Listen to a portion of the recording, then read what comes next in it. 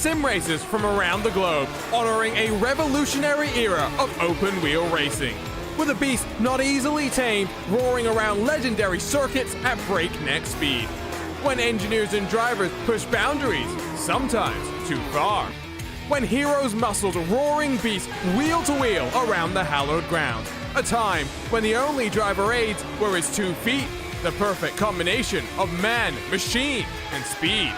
Experience the competition and the glory of early 80s IndyCar action. The Lionheart Retro Series presented by Next Level Racing starts now.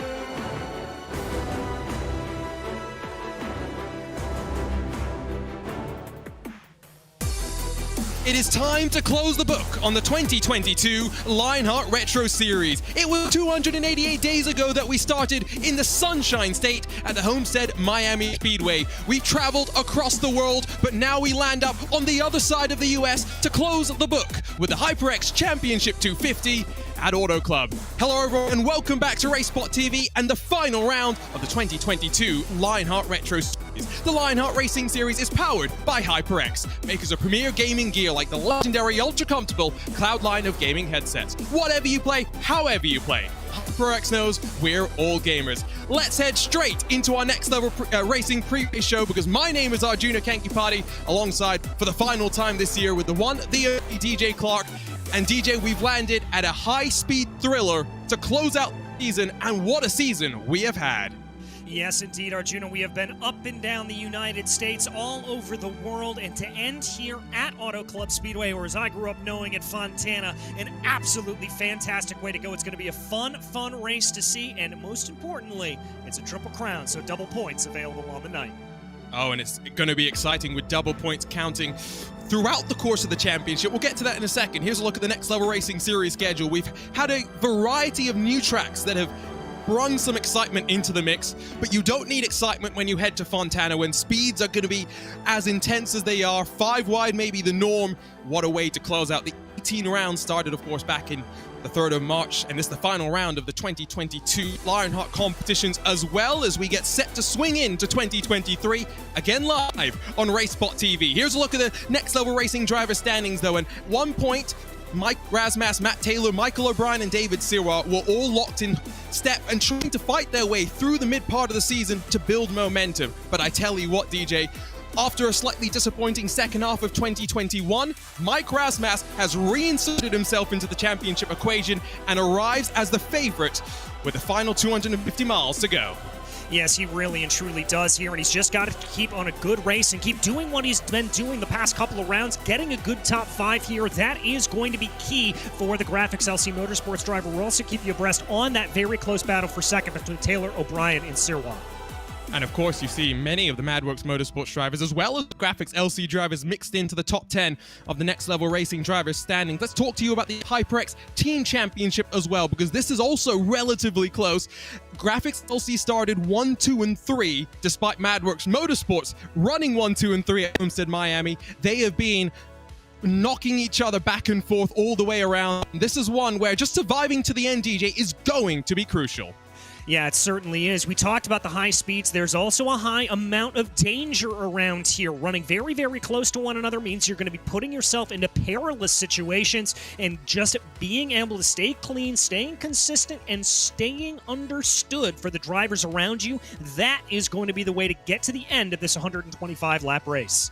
Well, that's 2 championships that we still have to decide. 1 championship has already been sewn up. David Rodriguez, a quasi-rookie if we're being fair after the partial campaign in 2021, has been the class of the field, has already secured this championship. Luke Daniels, Rodrigo Munoz, though, have been ultra impressive, as has Jim Herrick, who won our first Triple Crown race of the championship. A quick look, though, at your Gomez Sim Industry Series details as we head into this final round of the year. Of course, it's the 6th season that we campaign this Lotus 79, not just around the Grand Prix venues around the world where it was designed to go racing, but also around the ovals, specifically in the US, where it does tend to put on a show. Cash and prizes over $7,000 with our season champion walking away with a Next Level Racing GT track cockpit, as well as a Moser Racing direct drive wheelbase and a Formula steering rim. 2 new champions to be crowned in 250 miles. A quick look, though, at our Moser Racing event details, at what is a staple in the Lionheart competitions, where championships are decided, and with this car, DJ, close finishes are all but guaranteed. Yeah, exactly. Look at that. The average margin of victory, 0.05 of a second. This is going to be a race where absolutely is close the entire way through. And Arjuna, you and I were talking about this before. A little bit of a surprising statistic. Pole has never won here, nor has the driver who has led the most laps. It is a race where unpredictability comes into the mix. We only had 1 caution last year, so keep that in mind, but 12 months before that, 35 lead changes, and our defending race winner is the man that walks into this race knowing that he has to survive to be crowned a champion at the end of the night. DJ, qualifying here, not necessarily the most important, but as always, lap 1 is your sacrificial lap as you build up for that second flying run. Yeah, exactly here. And as we take a look on the screen right now, you see a lot of drivers doing exactly what I would recommend on that first lap. David Rodriguez staying high around here to be able to keep up your speed, keep up your momentum as much as possible. And then on that second lap, the golden lap, diving it down low, holding close to that white line. That's really the way to be able to get as much speed around here in qualifying as possible. And the number 10 of Rodriguez doing exactly what I would expect him to do. Painting that white line as he runs right now. I do want to give a shout out to our international broadcast team today. Hugo is filling in on production duties down in Brazil. DJ Clark still on the west coast of the US. I'm way around the world today commentating from Singapore.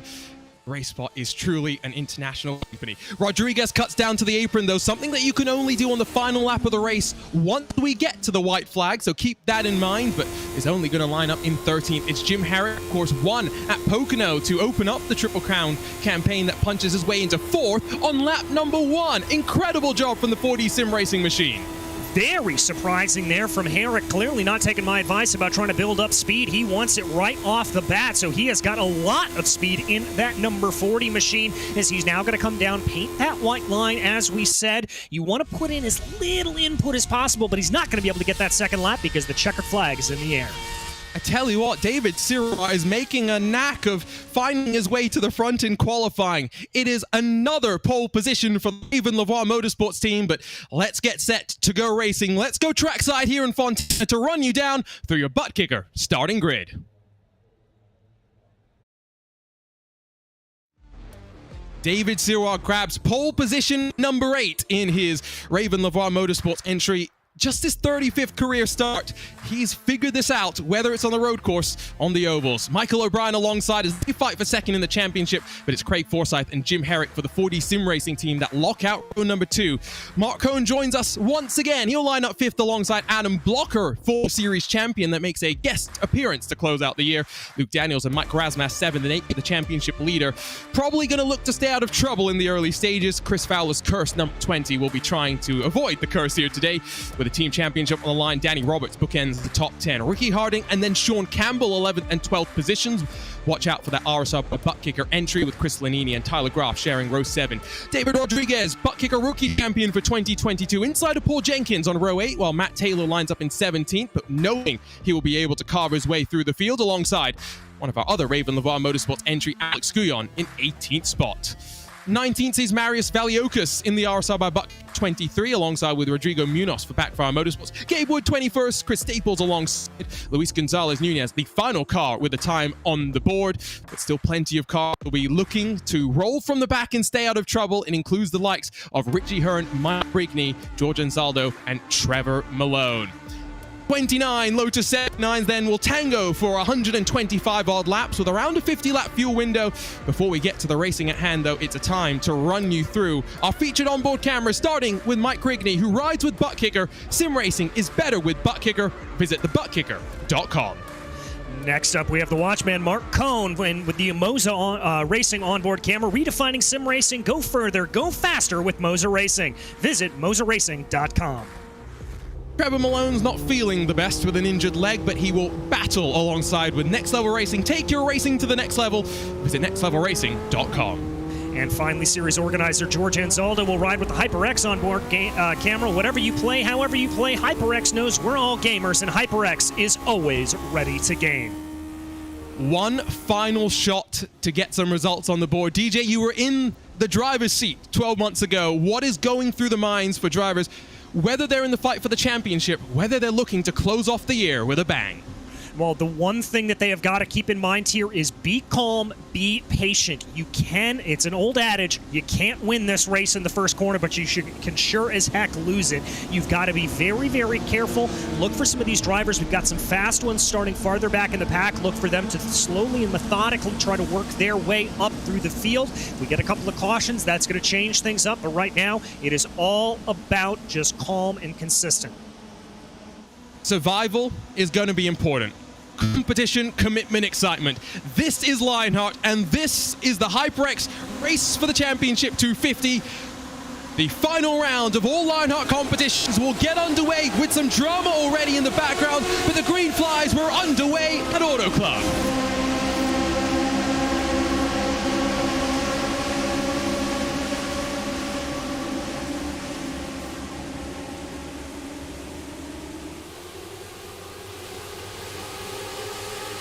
Tidy start through the field as they all build up speed, build up some temperature in the tires, but you know that 3 and 4 wide is to be expected. However, with that expectation, DJ, also comes the knowledge that you could do a little bit of fuel saving and sit at the end of this race a little bit better. Yeah, you certainly could, and I wouldn't be surprised if we see quite a few drivers doing that. I'm going to keep my eye on Adam Blocker, actually, as to be one to do exactly that. But right now, it's Michael O'Brien who's going to hold on behind Sirwa. Looks like coming around the outside there, around the corner. That's going to be Mark Cohn. Cohn, very aggressive driver. He wants to be up in the front, and he's going to try to push for it here. He had 2 of our Triple Crown wins in 2021, did Mark Cohn. Was not far away from becoming the first driver in Lionheart Series history to have swept the Triple Crowns, but it was not to be, and as they battle alongside, we'll get to the main talking point of what today's racing is going to be about. Yes, it's a pack race, but the leader can paint that white line and hold the momentum on the inside, and while Mark Cohn will have the nose in front coming to the checkered flag, the reality is you've still got to work through 124 laps before you can fight to the end. Yeah, exactly. And we'll start talking about it probably with about 25 laps to go, about trying to position yourself into the way to get your way into the position to maybe get that run on the high side to be able to take a surprise win there. But right now, what this is all going to be about is just finding that rhythm, Arjuna. You've got to figure out how to run around here. When you're running in a pack race like this, it's not just foot to the floor 24/7. You've got to be feathering the throttle a little bit, not getting too much speed through the corners, just figuring out how you're running and how everybody else around you is running. You're going to want to look for those drivers that are being a little bit more aggressive, and you're going to want to try to probably stay away from them. Maybe find a drafting buddy or two who you have similar pace with and link up with them. Mark Cohn has decided that after trying to fight for the lead, he's going to settle back in 16th position for the time being, or about 2 wide, 15 odd rows deep or something like that. It's how it feels, at least for the time being, of course. Not expecting the field to split up in its first stages, but if we get to a possibility of green flag pit stops, it's quite treacherous to bring your car down into pit lane, and that's not talking about the treachery in getting it off of the pit exit as well. Yeah, exactly. And don't forget here, when we talk about these Lotus 79s, no pit limiter on the car, so you've got to judge that pit lane speed limit by your right foot. A very, very tricky thing to do. And because of the way that these cars are set up in super speedway trim, there's going to be a lot of front brake bias on the car. So when you come down into the pits under green flag stops, there's a high possibility that you're going to lock those right fronts up and get the car to slip and slide a little bit. So got to be a little bit careful about that. They're going to be hoping for yellow flag stops out here, but we up at the commentary booth, we want to see it go green to the end. We want the chaos, I think, is definitely what we expect to see. Maybe not as much chaos as we had back at Motegi last year. We are definitely hoping for a slightly different event than that. Siraj, Jenkins, O'Brien, Harden, and Forsyth currently the top 5 as they run. Paul Jenkins plus 14. He seems to be one that wants to run toward the front. And there's two trains of thoughts here, and I don't think that either one is wrong. If you run at the front, there's less that you have to worry about in terms of piling into the mistakes of those in front of you. If you're at the back, maybe you can expect people to be racing you a little bit less hard, to give you a little bit more room. But if something happens in front of you, DJ, you're not always guaranteed to have the time to respond as we jump on board with the MadWorks Motorsports number 20. Yeah, exactly. It's a little bit of two sides of the same coin there, and it just depends on driver preference. Fowler here, though, is in a little bit of what I would call a danger zone. He's running in that middle line right now, trying to be able to see what he is able to do, trying to just kind of figure things out here and get his way around. But you don't want to be running in that middle lane because of exactly what you talked about, Arjuna. You get a driver that maybe gets a little bit too friendly with that bottom line, comes drifting up the track, runs into the side of you, and that can really ping-pong you up and down through the field. I'd much rather prefer to run super high or super low. Tires. Always an interesting topic, as 4 wide at the front of the field. Yes, I'm trying not to get too excited, because then I'm also going to start getting very nervous about the fact that we're 4 wide within 10 laps of the start of this race, and we still have 115 odd laps to go. Bias ply tires designed back in the 60s and 70s to go a full race distance, but one thing that we've seen in the course of 2022, DJ, is that tires sometimes do come into the strategy play.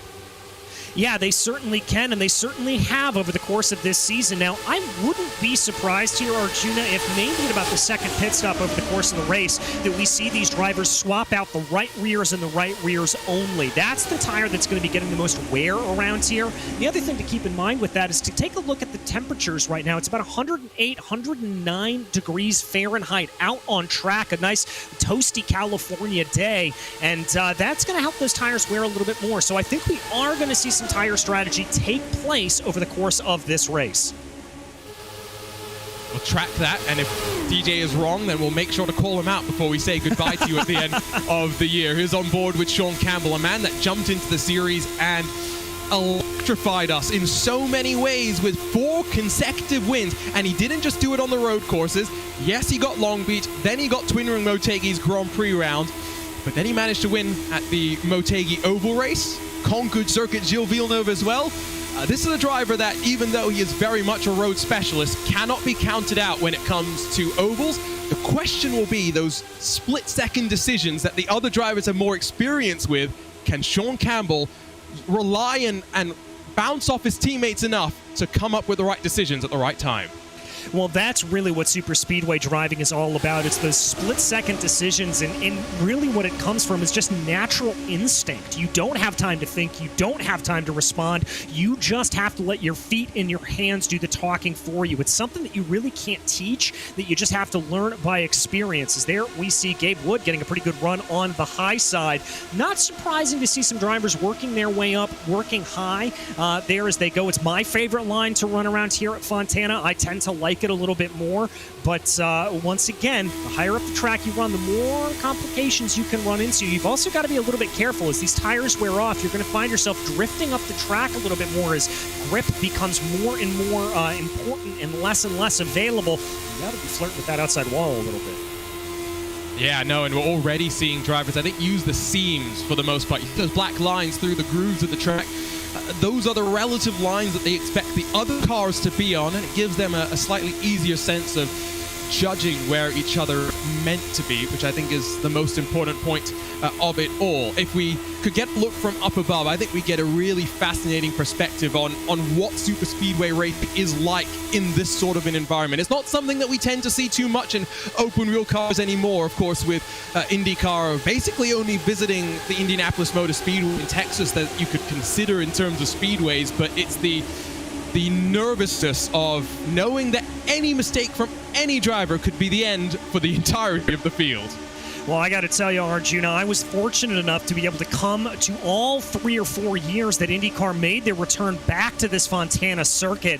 And especially in the last year, running the DW12s, it was pretty hair-raising. This is the kind of thing that you saw in the real world. And this is all fun on the sim, but when you're dealing with real life and you're dealing with real drivers behind the wheel, I completely understand IndyCar's decision to not return back to Fontana or to Michigan.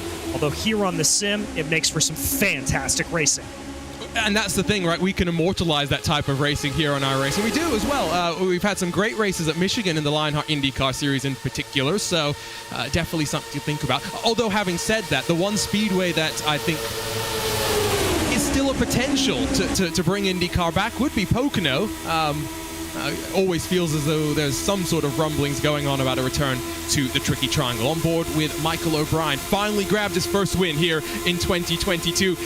And it took a while, unfortunately, to get that win at the Hungaroring. Fortunately, DJ, it didn't take as long for him to grab second win. That came just about a month ago in our penultimate round of the championship at Road America. Well, when you've got that good run, you've got that good rhythm, it just keeps building and keeps building, and that's exactly what happened for Michael O'Brien. You see him down on that low line right now, about third back in line here at this point.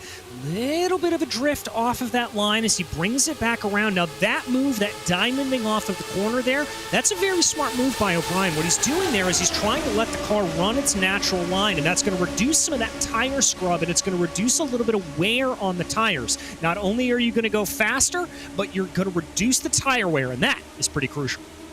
Yeah, and one thing that's different to our finale here compared to the ones that we had for the Lionheart Speedway Series and the Lionheart IndyCar Series, DJ, is that we are not racing, as far as I'm aware, into the night. We're going to be under the sunshine and baking the track through the course of this race. So drivers will have to be a little bit more mindful of tires in the end of this race compared to what they were 6 days ago or whatever it was in that final round of the Lionheart IndyCar Series, where we very much saw temperatures drop off by the time we saw the checkered.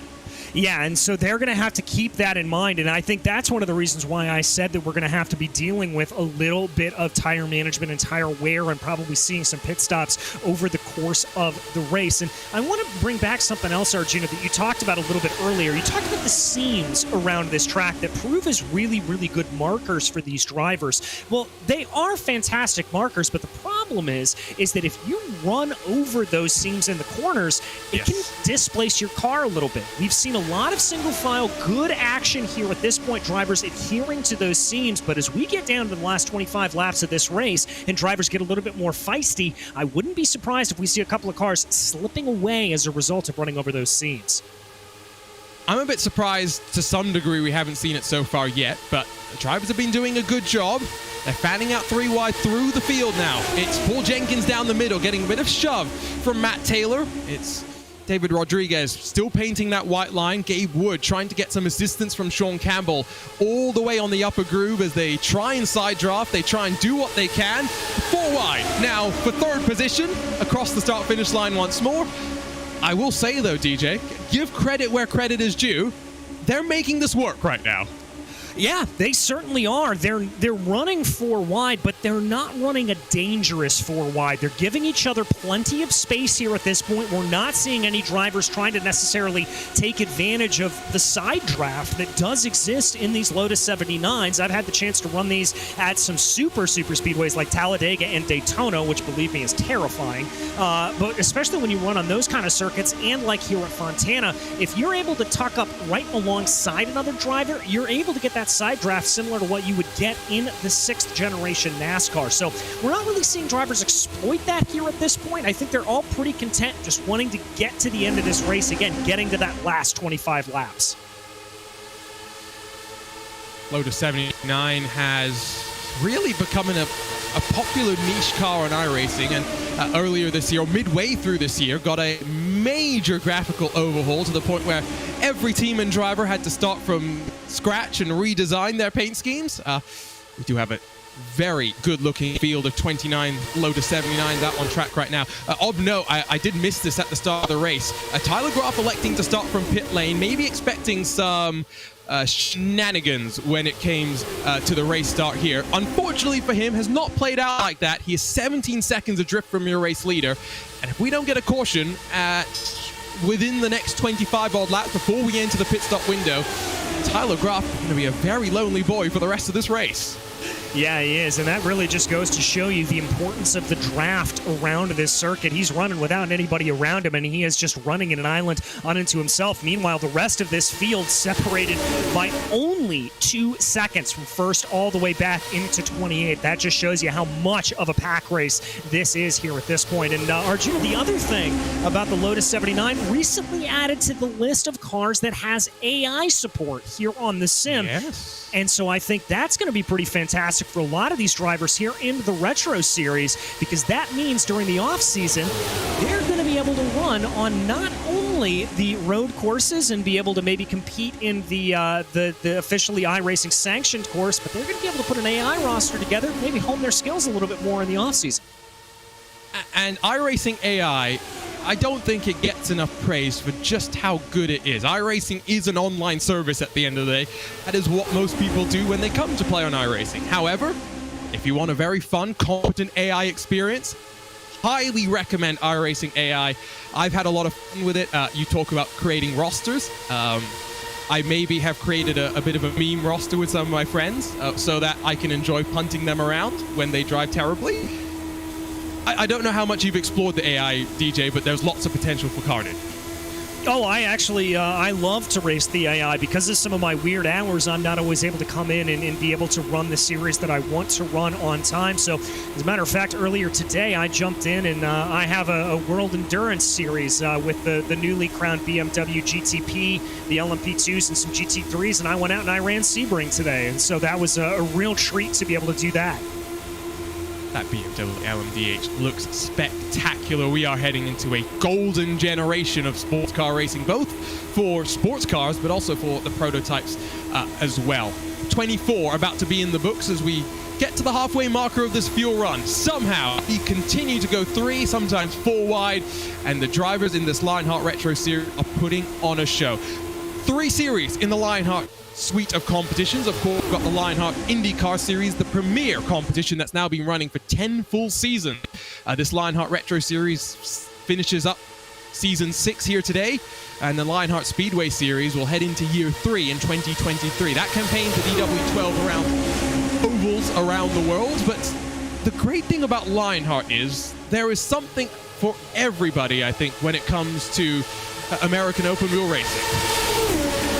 Yeah, there certainly is, and especially people like you and I, Arjuna, that are fans of modern IndyCar racing. You're able to really watch and get that same excitement coming out of the Lionheart Racing Series, the premier flagship series. I mean, I remember in the throes of the pandemic in 2020, that was what I watched to get my IndyCar fix. With St. Petersburg being canceled and the rest of the series being canceled, I watched Lionheart to get my racing fix. That is what I used to get it, and that has obviously opened up here with so much more. And the fans of oval racing and the classic DW12s to be able to see that Speedway Series, and then this series, the vintage ones, these just absolutely behemoths of cars, to be able to see them run and run ovals and run road courses, and a real blast to the past. You're kind of amazed that you don't see a red number 14 streaking around here and AJ Foyt up the front of the field. Bit of a wiggle there from a couple of cars working off the banking. Richie Hearn, by the way, up into the 4th position after an end-of-line penalty. And a great job to carve his way through the field. 24 positions gained for the former American open-wheel competitor in real-world racing. I mean, DJ, we're trying not to get too excited, but we're also trying not to not get too excited here. If you were a driver, I want to genuinely ask you, where would you want to be in the smorgasbord of chaos? I've got to be honest with you. I want to be about where Richie Hearn is, because that is where I like to lay, is just about 10th to 5th place. Granted, I don't always do it, but that's where I want to be. I want to be in that position where I'm able to be right in the thick of things, just feeling out the car a little bit, running where I want it to run, and holding back, letting the race come to me, sort of the Rick Wheeler strategy. You don't have to lead the race right from the drop of the green flag, but as long as you're able to just feel the car and healthily have it feel better over the course of the run, put yourself in a position to be challenging for the podium, put yourself in a position to be challenging for the lead. I'm going to challenge this just for the sake of playing devil's advocate, because I tend to agree with you that I feel more comfortable with what the car is doing the higher up I am. But the reality is you're also in a lot more danger the higher up you are, because if two cars down low come together, most of the time they do tend to slide up the track into the wall before they bounce back down. Do you not feel a little trepidation about that possibility if you're up on the outer groove? I do, but it's just naturally where I like to be. And the other thing is you can carry more momentum up there, so you're able to have a little bit more speed, that if there is something that happens in front of you, you're more likely to be able to speed on by it. The other part here that I really like about running that higher line, it's not a whole lot at a relatively minimally banked track here like Fontana, especially compared to some places like Texas or even Homestead, where that progressive banking is much, much more. But if you're running up on that high line, you're using a little bit less of that right rear tire here, and so that can potentially save you, and you've got a little bit more in the car to be able to use. These are the sort of races where you just try, I think, and figure out the right path. Teammates at the front trying to work together. Rodriguez still leading down low, but he's got Campbell and Valiokis just behind him, one directly behind him, and one on the right-hand side, one car back. So there's an RSR by Buttkicker contingent at the front that are looking to try and hold on, but of course this is not the type of race that you are going to be able to dominate in any sort of a fashion. About 60 minutes of racing to go. If we go green from here to the end, of course I knock on my RaceSpotTV issued block of wood where I say words like that. Still Paul Jenkins though, led at the line, and I do get the sense, DJ, that regardless of the low line being able to control basically the tempo of this race, I think the higher up you are, the more momentum, the better run that you'll get as you grab your way closer and closer to the photo finish. Well, that's exactly what I was talking about there. We saw Mark Cohn experiment with that on about lap 4 or 5. He got that run coming off of turn 4 and was able to be just a couple of hundredths of a second ahead of your leader when they crossed over the start-finish line. And so that was a good run for him. And I think as this race continues to go along, you're going to see some more drivers starting to do that experiment, starting to play a little bit more with where they want to position themselves off of turn 4. Grab a quick look at our Moser Racing driver profile for today. It's Mark Cohn as he returns to the series once again in his 56th career start. Excuse me, that should actually be 45th career start. Hashtag blame Arjuna, don't blame Hugo for that one. 20 top 10s, 13 top 5s. 4 wins and 2 poles, I think, showing that he's always fighting at the midst of the action wherever it is. And a driver that, again, I'll go back to last year. Despite only racing in a handful of the races that we had, DJ, won 2 of 3 Triple Crown events, which is a tall order to say the very least. Very much so, and Cohn is one of those drivers that whenever you see him out on track, he is always a threat, specifically on these big ovals. He is a classic super speedway driver. I've had the chance to chat with him and to be able to race against him. He is a fierce competitor, he is a fair competitor, but he is one of the fastest drivers on a super speedway you will ever meet. Definitely going to be pushing to the end. He's not forcing the issue, at least for the time being, and you'll see actually just riding off the back as well, just giving himself a little bit more breathing room in case there is any sort of drama. We're only about 10 laps away from getting into that pit stop window when we'll expect those at the front to maybe dive their way on in. A couple of milestones to talk about for drivers here today. Trevor Malone makes his 50th career Lionheart Retro Series start. Mark Cohn and Matt Taylor both making career start number 45. Go back to something we talked about during the Moser Racing event details, DJ, which was that leading laps has never been a sign and a guarantee of victory. In fact, the drivers that led the most laps here, the 3 drivers that led the most laps, Sage Karam, Adam Blocker, and Chris Fowler, have never won in the 6 years that the Retro Series has come here. Well, Well, I think that goes back a little bit to what we talked about, that leading a lap around here isn't always indicative of being able to get that run off of turn 4. I mean, the margin of victory that we talk about normally, on average, it's 0.05 of a second. And so you can be leading for the majority of this race, and somebody's able to just pip you at the line by being able to get a little bit of a better run off of turn 4. That's why I'm liking what some of these drivers behind Rodriguez are doing right now. Paul Jenkins in particular, liking what the number 35 is doing. He's just holding back here up on that high line, playing a little bit of a team game, I think, but a good run for the both of them. And also seeing some drivers like Campbell, like Anzaldo, like Blocker, starting to flirt a little bit up high. Good runs from them as well. Maybe just trying to figure out how the setup works as they try and jockey for some position heading into the pit stop window, because we've talked about how treacherous it is work your way down from speed to get to the pit speed limit, especially since you don't have a speed limiter like you would do on a modern Indy car. But by that token, the further up the field you are, the more out of the danger zone that you can keep yourself. And the danger zone has two components here. It's not just the fact that you could be run into from behind or run into someone as you're trying to slow down. The other part of it, DJ, is if you come in and you get caught potentially a lap down by virtue of a slightly longer pit stop, there's no lucky dogs in American open wheel racing. You got to fight your way back onto the lead lap.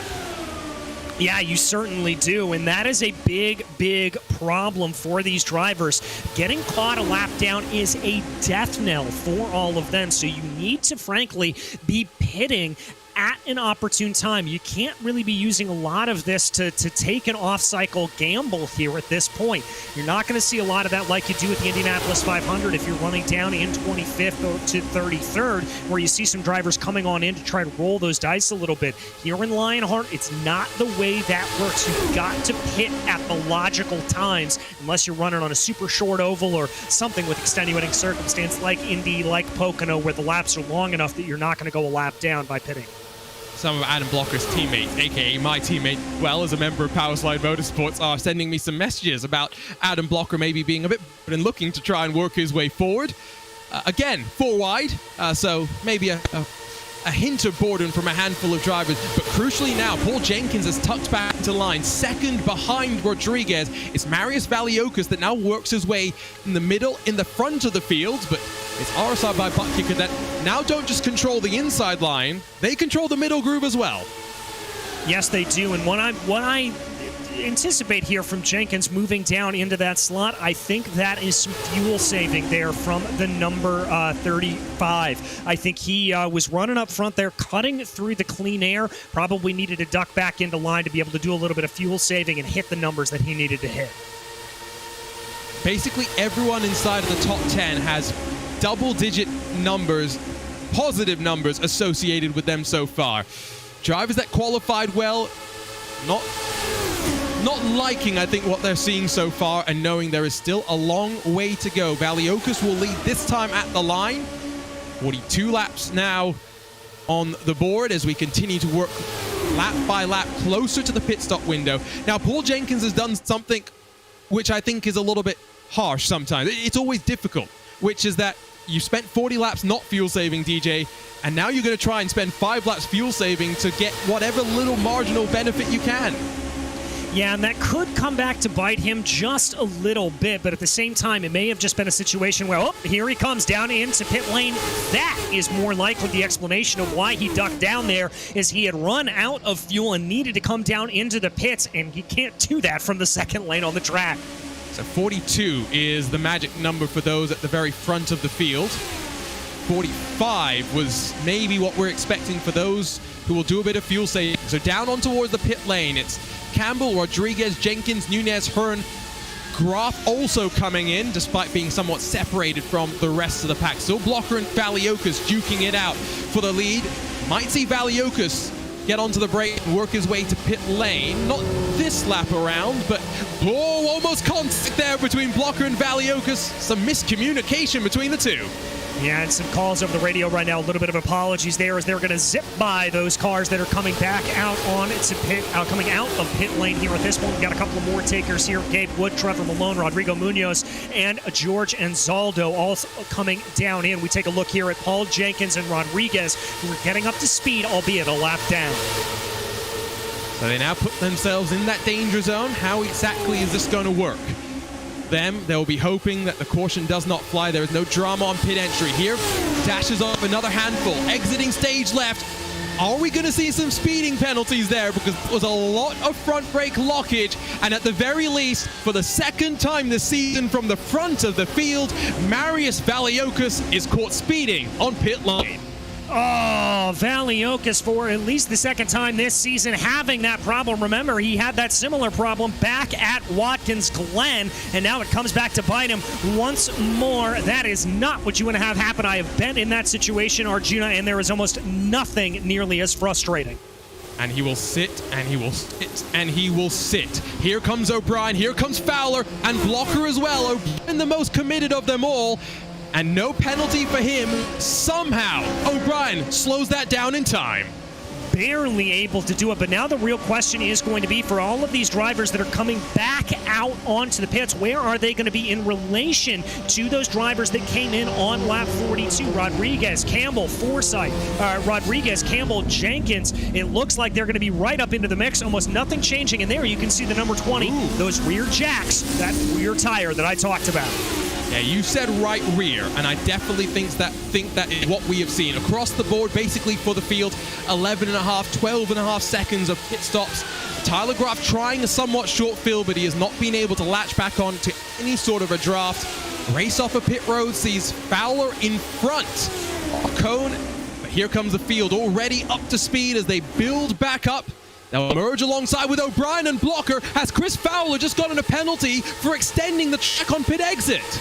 Oh, my goodness gracious. Another one of the favorites here falling down early. Well, Fowler going to have to make a pit stop.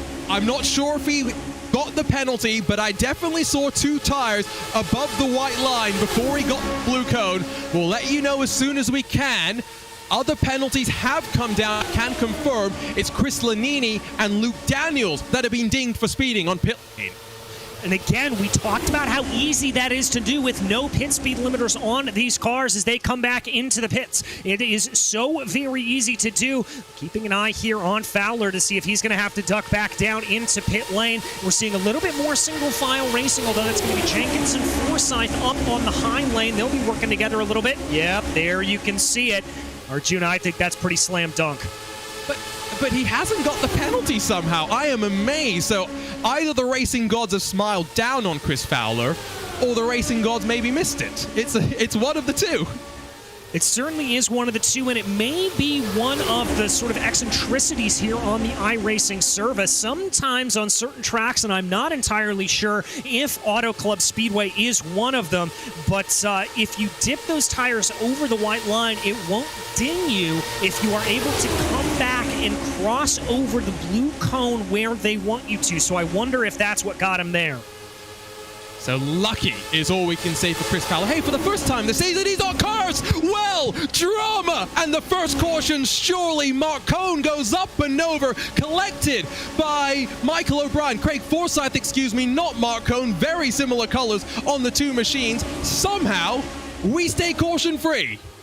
Shades of Ryan Briscoe in the Schmidt-Peterson Aero machine back in, that must have been 2015, pinwheeling through the grass here at Auto Club. My goodness gracious.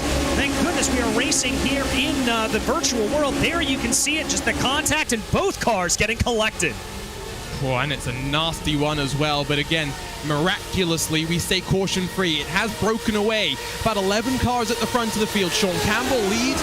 Mike Krasmas at the back of that leading group. Then Richie Hearn in 12th position, trying to form the bridge with Alex Guy to leapfrog their way a little bit further forward. Rolling off of pit lane, that is Chris Lanini, I do believe, who's going to feed some draft to your race leaders who are too wide and trying to work past, I think, a bit of lap traffic in the form of a 40 sim racing entry. But my word, it was going so well until it was not.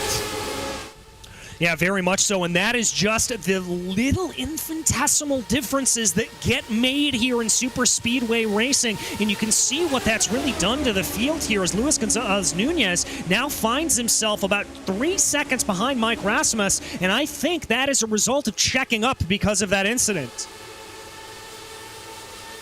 Now, these are 11 cars who will have to just bide their time and filter themselves out into the right situations. A bit of an update when it comes to the HyperX Team Championship here, though, of course, because it's close between the MadWorks Motorsports team and, of course, Graphics LC. However, Michael O'Brien is likely, I think, going to be retired from this race. The best you can expect him to finish is maybe 27th. Chris Lanini, though, for Graphics LC is 26th, and Tyler Graf is in 24th.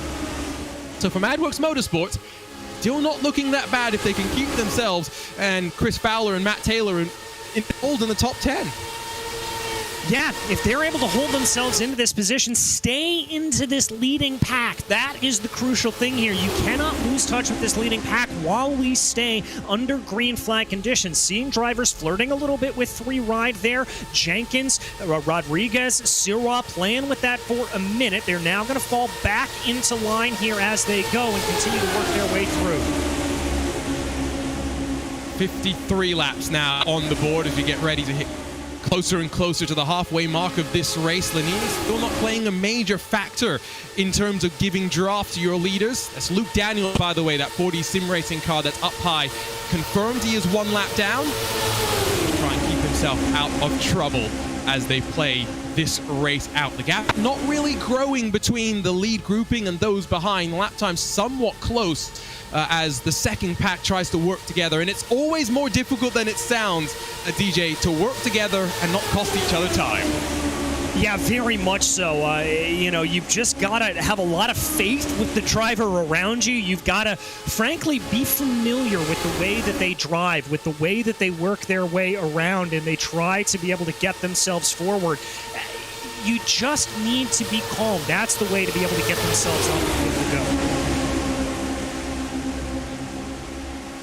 In terms of those in this leading pack, let's say you're a Mark Cohn, you're a Matt Taylor, put aside the championship situations, it's as good a situation I think you could have hoped for. Those were drivers that hung back in the early stages, waiting to cycle a pit stop before moving their way forward, and it worked as they expected. The cycle of pit stops brought a bit of drama, and now we've got a bit of a breakaway forming, and I do think, again, I'm knocking on my RaceSpotTV issued block of wood, I get the sense we may very well go caution-free until the closing stages of this race. Yeah, I think we could as well, the way we're seeing everybody run. Now, the one thing that they are going to have to deal with here that's going to make things a little bit interesting is Chris Lanini, one of those drivers who did receive a penalty and finds himself about to be a lap down, or is a lap down here, or about to be a lap down, excuse me, at this point. It's some lap traffic. How are these drivers going to deal with it? How is Chris going to be dealing with being lapped? John Campbell, for the first time, has not really much of a challenge as your race leader. It's the battle for second behind that sees Jenkins and Rodriguez going side by side. You can also see that second gaggle of cars has just worked out of turn 2 as our leaders filter in towards turn number 3 using really only the bottom 2 lanes, you'd say, right now. Not really fanning out as wide as we were getting earlier on in this event. Drivers' Championship as well. We knew it was always an outside chance for Mike Rasmus to lose it. The question really became who prevailed in the fight for second. Would it be Taylor? Would it be O'Brien? Would it be Sirra? Well, as it stands right now, O'Brien's out, and it comes down to Sirra versus Taylor, both inside the top 10. Yeah, that's going to be the battle that we have to keep our eyes on in the closing stages of this race as we get closer and closer here to the halfway point. Working on lap 57, about to cross over onto 58 right now. Here they go, trying to see what they are able to do, but this leading pack looks like they've calmed themselves down a little bit. Yeah, I think now just single filing themselves out as they work past a bit of that lap traffic, and sometimes calming it down is not the worst thing in the world at the end of the day. We are getting closer and closer to the halfway mark of this final round of the 2020 Lionheart Retro Series. It's an RSR by butt kicker 1 and 2 with Sean Campbell in front of David Rodriguez, with still plenty of racing to go here at the Auto Club Speedway. Don't go anywhere. RaceSpotTV and ESTV will be back with a run to the checkered flag for the HyperX Championship 250 at Auto Club.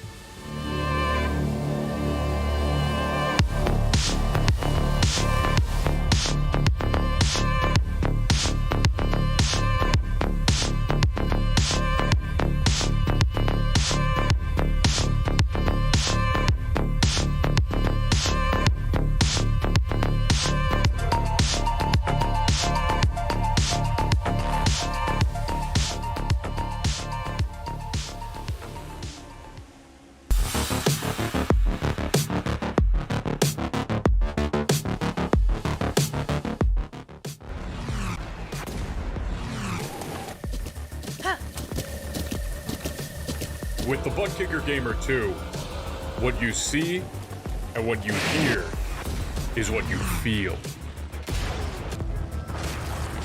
Butt Kicker. The future is feeling.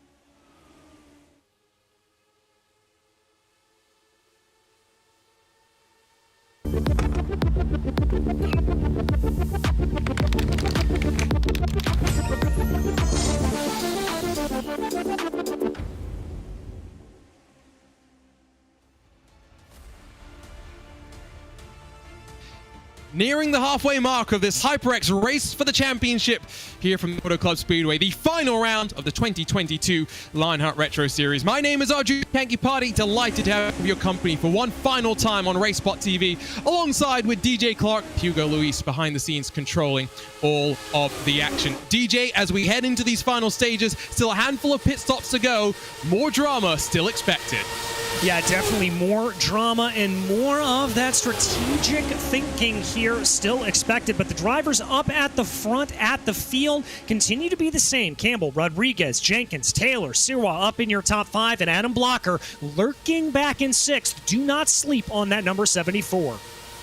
Matt Taylor, that's been trying to work his way forward. 3 wide during that commercial break as he challenged for the lead, has slotted back into line for now. Of course, watch for Taylor versus Sirwa. That's the turquoise machine up high and the red, white, and black machine down low, who are fighting, in effect, for second in the championship. Matt Taylor with a great run down the back straightaway, but he's going to be unable to get past Sean Campbell, who's migrated now up to the middle line, has allowed his teammate David Rodriguez to steal back the low line. 3 wide for the race lead, with plenty of racing still to come. This is why we love the Lotus 79s. It is indeed. Look at that. 3 wide, 2 deep as they come down through the corner. That second line being Sirwa, Jenkins, and Blocker trying to be able to work their way on through. No, excuse me, that's Lanini and Daniels there. 2 lap cars just trying to stay out of the way at this point. Jenkins trying to work his way up through the middle. I think at this point, this Arjuna is really trying to deal with some of this lap traffic, getting up and around them, getting on by them. This isn't necessarily a scrap for the lead. It's just a scrap to be able to get up and on by.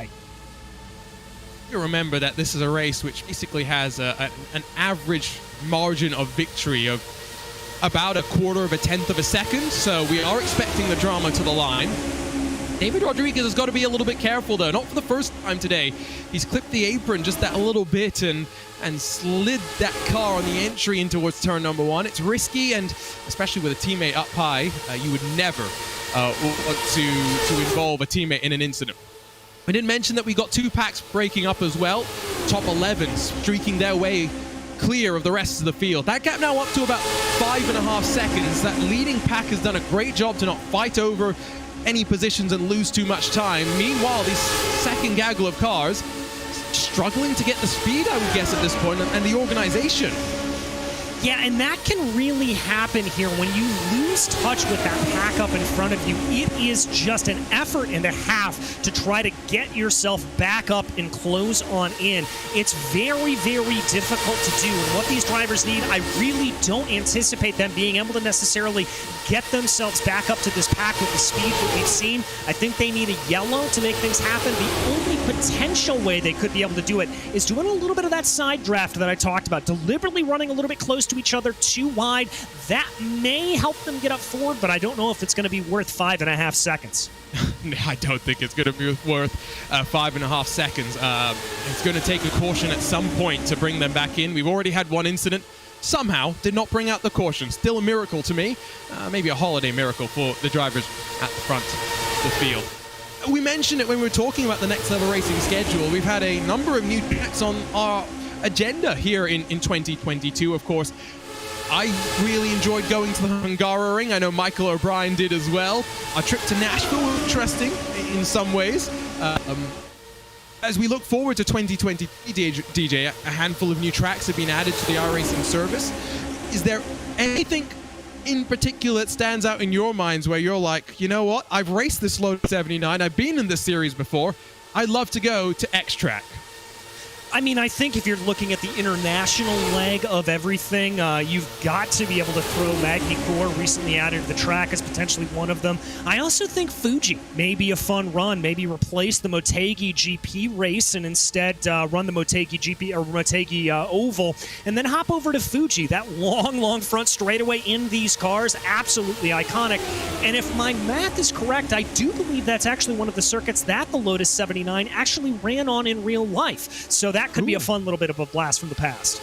I think you are right. I would have to go back and look. But yeah, Fuji, Lotus 79, I feel like that would add up in terms of timelines. We'll have to wait and see. Still side by side between our side by butt kicker teams at the front of the field. They're working lap 27 of their stint, so give it about another 14 laps, 15 laps or so. We'll be into that pit stop window once again for the final time, not just today, but for the rest of the year. It's money stop time for the drivers through the field. Remember, there's some searching for victory number one, some searching for just another victory to add to the record books.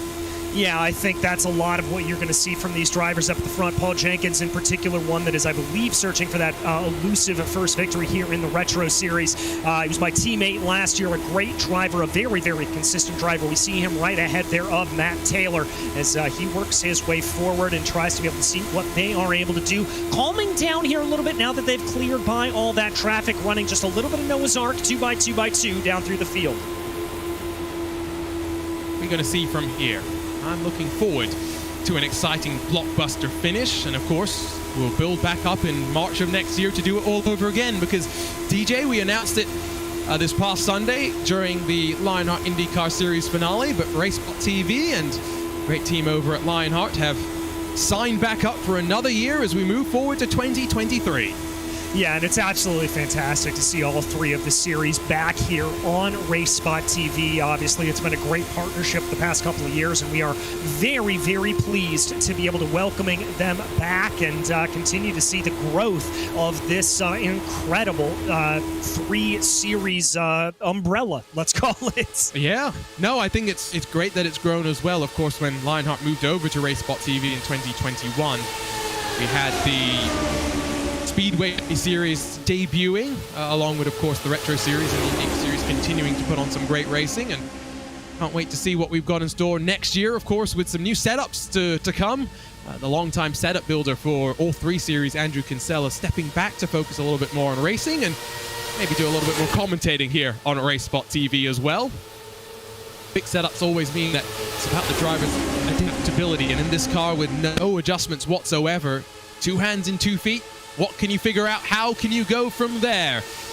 Still getting more and more feisty as teammates at the front continue to run. What we haven't seen, though, so far is that a little bit of contact between those running first and second. Did Rodriguez just slide up the track into his teammate? I think he did, Arjuna, and that is a result of that right rear tire starting to wear a little bit. Would not be surprised here at this point if we see some drivers, when they come back down in for this second stop, taking that right rear tire like we, I believe, saw Fowler do earlier on. We haven't seen any slides there from Chris. That may be something that the rest of the field's going to have to think about. 75 laps now complete, about 10 to go before that pit stop window, and it's gotten dark, and it's gotten dark quickly here at Fontana. The cloud cover isn't much in terms of numbers, but it has arrived at a crucial juncture. Track conditions still relatively cool, but you mentioned the tire wear. We did see a handful of the drivers take right rear tires, we believe, in the previous cycle of pit stop. What are the other 3 tires feeling like now with 50 laps to go? What will you be thinking about in that pit stop window, DJ, when it comes to your tire strategy? I mean, I think at this point, you want to be able to come on in, get those tires, because you want to have as fresh and clean and as perfect of a car as possible to get that run to the line. That's why you want to make that pit stop call now, rather than, I do question it a little bit on that first stop from Chris Fowler. Now, granted, hopefully at the end of the season we'll be able to talk to him here and maybe see if we can get a little bit of insight into that car. I have also just rung down to the MadWorks Motorsports garage to see if Michael O'Brien will pick up my phone call to ask what the call he thinks on tires is going to be. It's always interesting what a teammate would be thinking about, especially now that he is basically in the role of helping Taylor and Fowler secure the HyperX Team Championship for the MadWorks Motorsports gang. And of course, for Taylor and O'Brien, will be their second back-to-back team championships after winning last year under the Avatar Auto Racing and partnered up with eventual series champion Aaron Morgan. 78 now onto the board as we one by one tick them on past. The gap between 11th and 12th has grown above now 6.5 seconds. As much as Richie Hearn, Jim Herrick, Alex Guyon and Trevor Malone are trying, it's just not working out for the peloton. Yeah, it's just not really playing itself out here at this point. Once again, I think, Arjuna, these drivers desperately need some yellow flags to come out to be able to catch their way up forward. That's the only way they're going to be able to close on in. A little bit squirrely again there, down low for David Rodriguez. Getting a bit more uncomfortable now. I don't know about you, DJ, but I'm sensing the tension rising. Yeah, I'm starting to really feel it start to build here at this point, trying to see what it is. I think we're going to start seeing a little bit more scruffiness, a little bit more elbows out here from these drivers as we close in on the last 50 laps of this race. It's been a long season. These last 40-odd laps are going to feel like they're going to last forever as well, with split-second decision-making required throughout the course of the field. On to lap 37 at the front of the field. At this point, if you're up in that second groove, you've got to start thinking about tucking down low and being able to get onto the brakes without causing any sort of drama to the pack around you that will be looking to stay out on track. Top and bottom, though, we look at your race leaders and that second gaggle of car. To be honest, it's not too dissimilar when we look at the two packs. No, they're really not. They're running very similar strategies. It looks like there's a little bit more of a propensity to maybe run about 3 wide back in that second pack, but the elbows out racing existing in both right now. As there you see 1st and 12th, and remember, they are separated by about 6.5 seconds. Don't know how many lead changes we've had so far today, but I have a feeling we're despite not having too much racing at the front of the field, given that the outside lines can build more momentum on the run out of turn 4. I would not be shocked, DJ, if we're hitting that 35 lead change number that we had back in Season 4.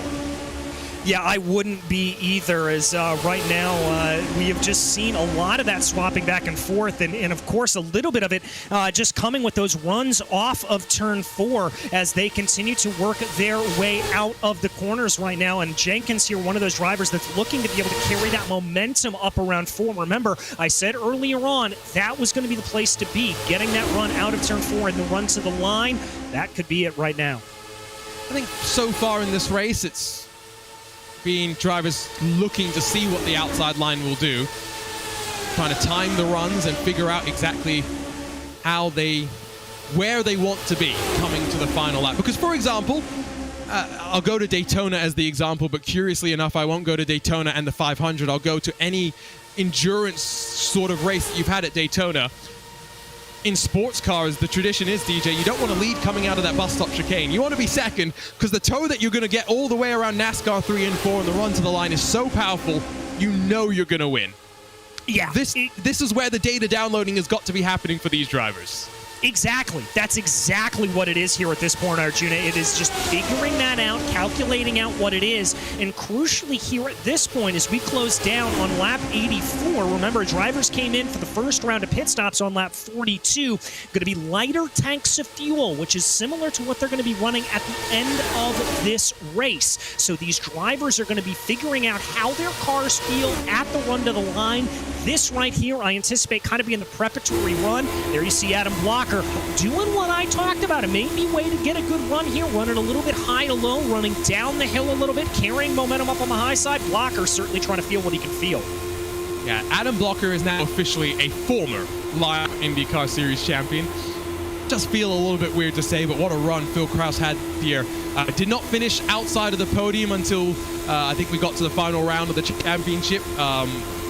11 wins in 22 races. It's the type of season that could only dream about, which is crazy to think about because back in 2021, Adam Blocker finished inside of the top 5 in every single race that he competed in. Sean Campbell, by the way, first to head down to pit lane with 41 laps to go. And he should be able to make it to the end of the race here, but I don't like the idea of having to pit by yourself, Arjuna. You're going to lose that crucial draft to those around you, and you're probably going to end up losing a little bit of time here as we focus back up at the front of the field. We got a couple of more drivers coming in, Rodriguez and Jenkins. Yeah, one by one, we'll see them come on in. The advantage maybe here for Sean Campbell is that he will not have too many other drivers lighting up the tires and locking them up as they came on in. I think we had 3 total speeding penalties in the first cycle of pit stops. And it's not just on entry that you've got to be careful. DJ did mention this. No pit limiter in these cars, so you got to mind the speed limit all the way until you get to the end of pit lane.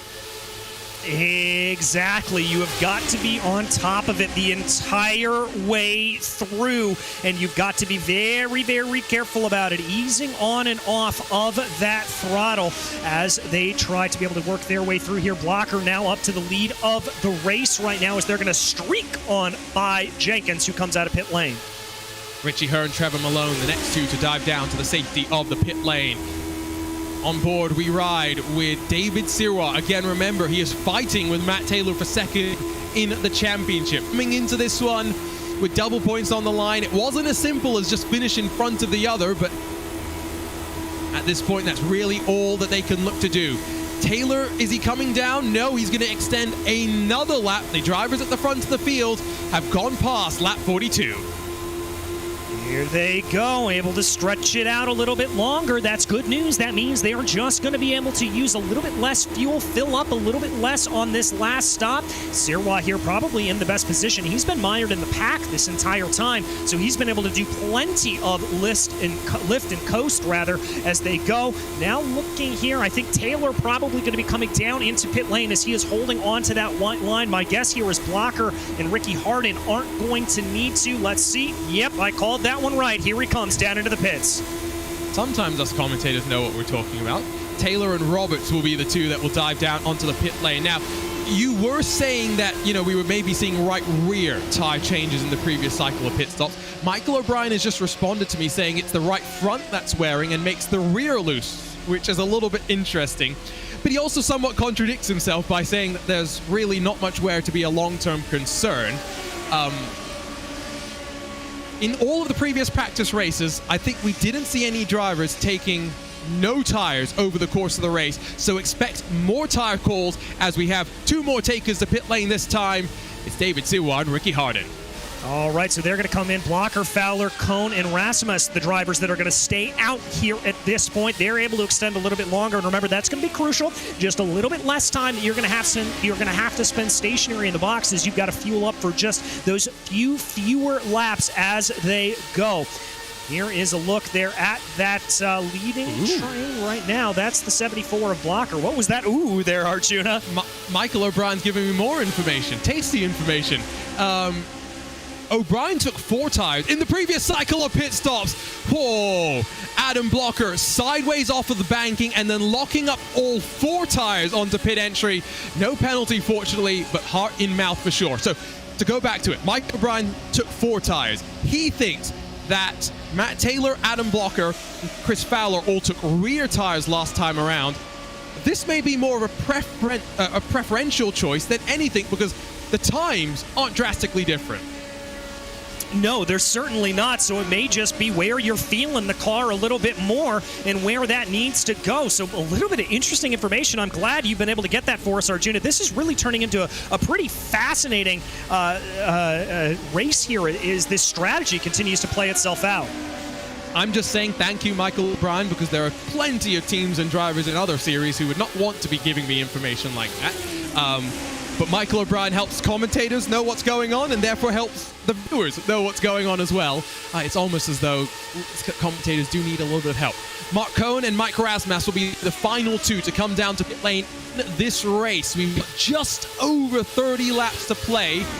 And now we'll get the sense of exactly where the groups are and who's in contention. Who is a player here at Fontana across the line? Taylor in front of Sira alongside with Mike, Rasmus, and Cohn, who are still waiting to roll themselves back out onto track, but they have done a great job of being able to minimize the time in the box in the final cycle of pit stops. Mark Cohn and Mike Rasmus cycle to 1 and 2 on track. Yes, they do, and crucially here, Mark Cohn has a pretty big gap up in front of the field, about 0.8 of a second. Now, that is going to dissipate here as they continue to run, but Taylor, Rasmus, and Sirwa starting to look pretty aggressive. Blocker there behind, as well as Chris Fowler, and Fowler's got to come back down into pit lane. And that would have been for the speeding penalty on exit, because I didn't see him catch the penalty early on in his cycle of pit stops. Chris Fowler maybe, unfortunately, is cursed here in 2022. I think he might be. That's got to be what it is there for him. My goodness, I hate to see that for Fowler. He looked like he was going to have such a good run out there tonight.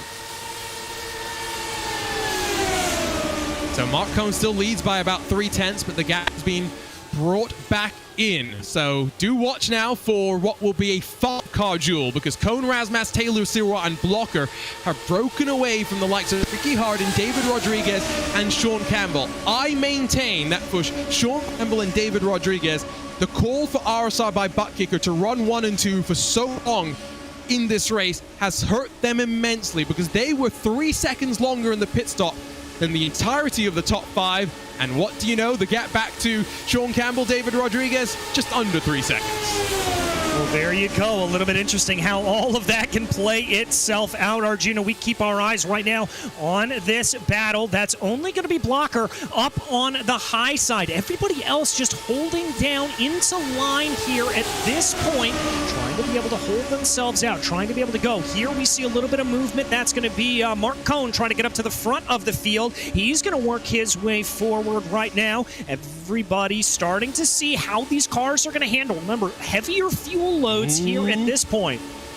To Chris Lanini. Sorry, I got a bit concerned, and then I remembered Chris Lanini's a lap down car, so he's really just trying to get out of harm's way for the time being.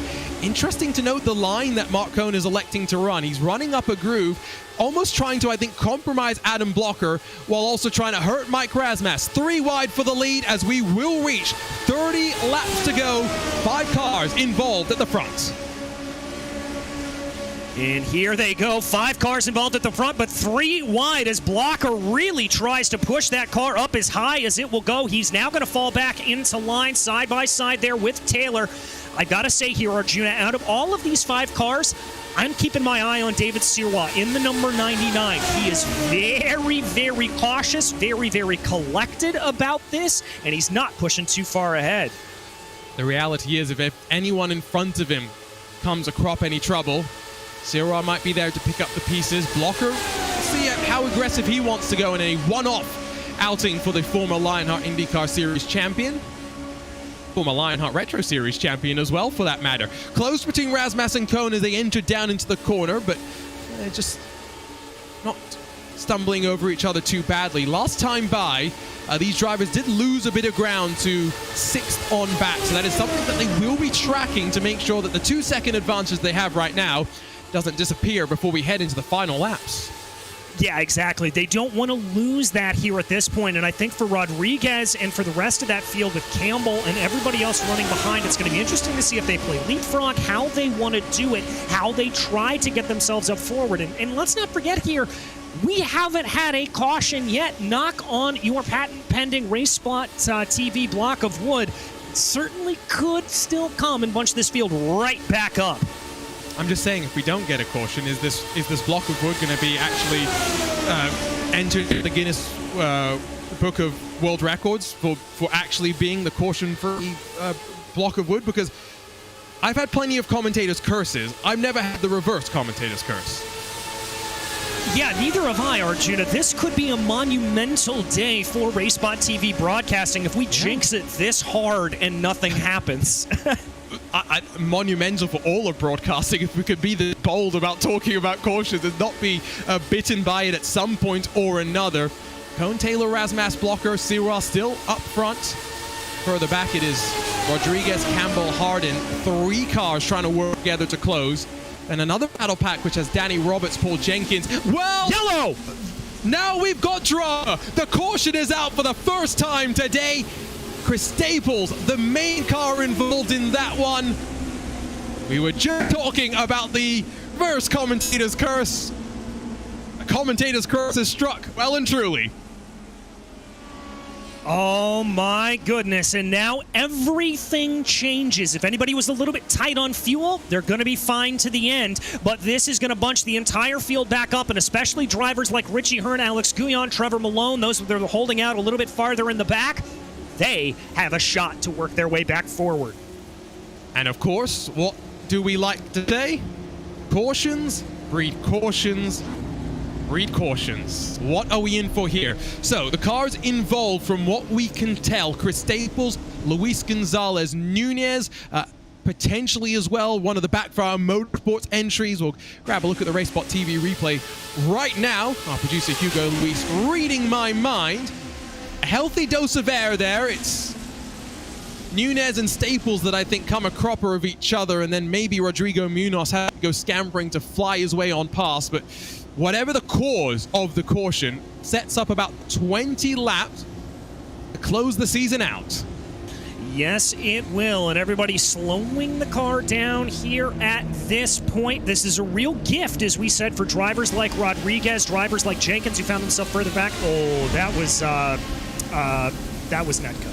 That was, yes, lots of air. It was Staples in the 96 that went up the path into Rodrigo Munoz. Not sure where Luis Gonzalez Nunez got mixed in, with that, but he does have damage. He is down on pit road trying to get some of that repaired and replaced, I should say, whatever the case may be with the body parts on this Lotus 79.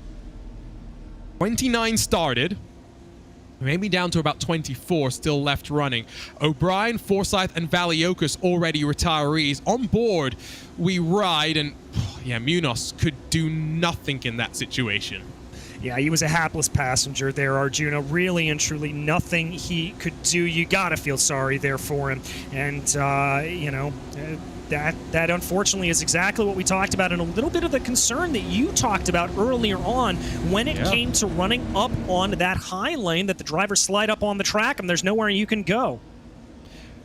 It goes both ways, because sometimes the cars bounce down rather than bounce up. Traditionally, they do tend to bounce up before they bounce down, but no matter where you are in that situation, you just take what you can. Barney's got a great view with that yellow flag still in his hand. At least one more lap that we'll have under the pacing before we get back underway. And now with 19 cars with a chance of grabbing a victory. It brings in the likes of Chris Fowler with his speeding penalty. It brings into the mix the likes of Gabe Wood, someone that we saw willing to run up high, willing to risk it. And now, with 20-odd laps to gain 18 positions for a victory here in Auto Club. Yeah, exactly. It's going to bring everybody back into this field. Now, the crucial thing here to remember is this is going to be a single file restart for these drivers. We're going to get back to racing here on this lap, it looks like, as the lights on the iRacing safety car are out here at this point. But this certainly does mean that things are going to get a lot more interesting. The only drivers that are really, well, not really in contention here at this point, Luke Daniels, Hugo Gallas, Tyler Graff, and Chris Lanini, all of whom are a lap down. And that doesn't include those that are out of the race.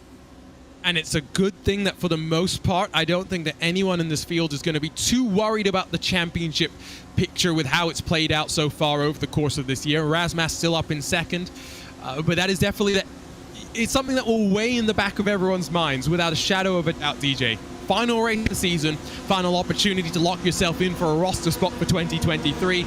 The last thing you want to do is to be the one to trigger the big one.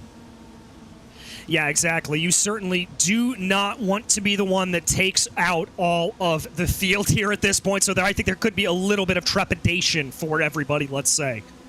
Single file restart means they'll take a lap or so to build speed up, and then they'll go 3, they'll go 4 wide until that checkered flag is hopefully the next flag that we see. Pace car, exit stage left, fielding control of the Watchman Mark Cohn with the champion-elect behind him. And Matt Taylor, Adam Blocker, and David Sirois, the rest of the top 5, are back underway, and already some drivers trying to take advantage of that lap traffic and work their way forward. Single file restart, yes, DJ. However, the lap traffic was filtered to the back. Yeah, they're going to filter their way to the back. Some good sportsmanship there from them. The biggest gap that I'm seeing right now is between Danny Roberts and Ricky Harden. That's going to be about 0.5 of a second, but they continue to work their way forward as we keep an eye on that front of the field. Here comes Rasmus down to the inside. And it will be the number 68 that takes over the point, but Matt Taylor immediately says, if you'll go low, I'll go up high.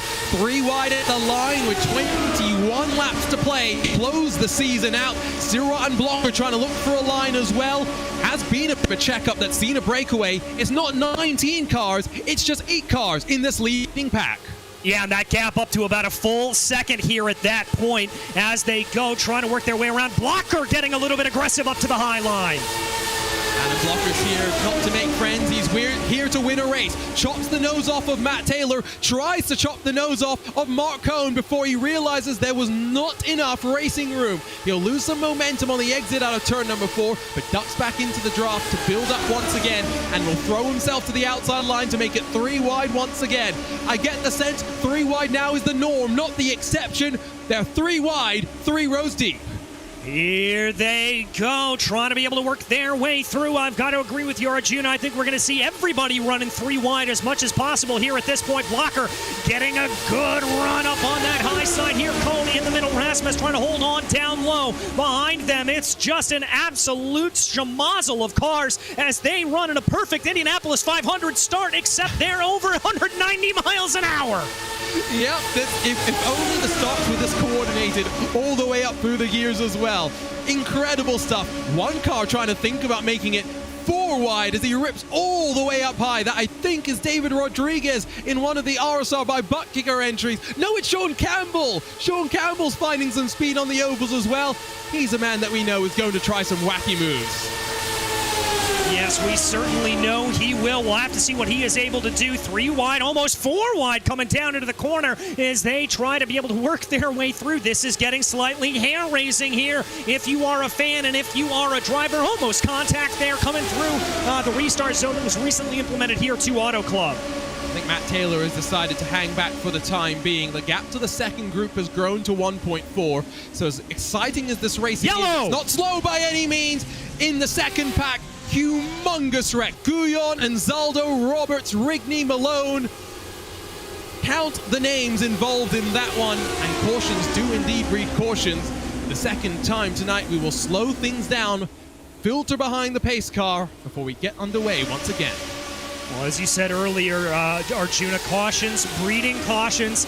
Those 2 drivers just going for the same piece of real estate. Not a lot of conversation there, and you saw the devastating results for the rest of the field. I think it was Danny Roberts and Paul Jenkins that were the 2 that had that initial bit of contact, and a big incident to bring out the caution for the second time today. We started off so clean, I guess we had to have a little bit of these drama moments at some point over the course of the race.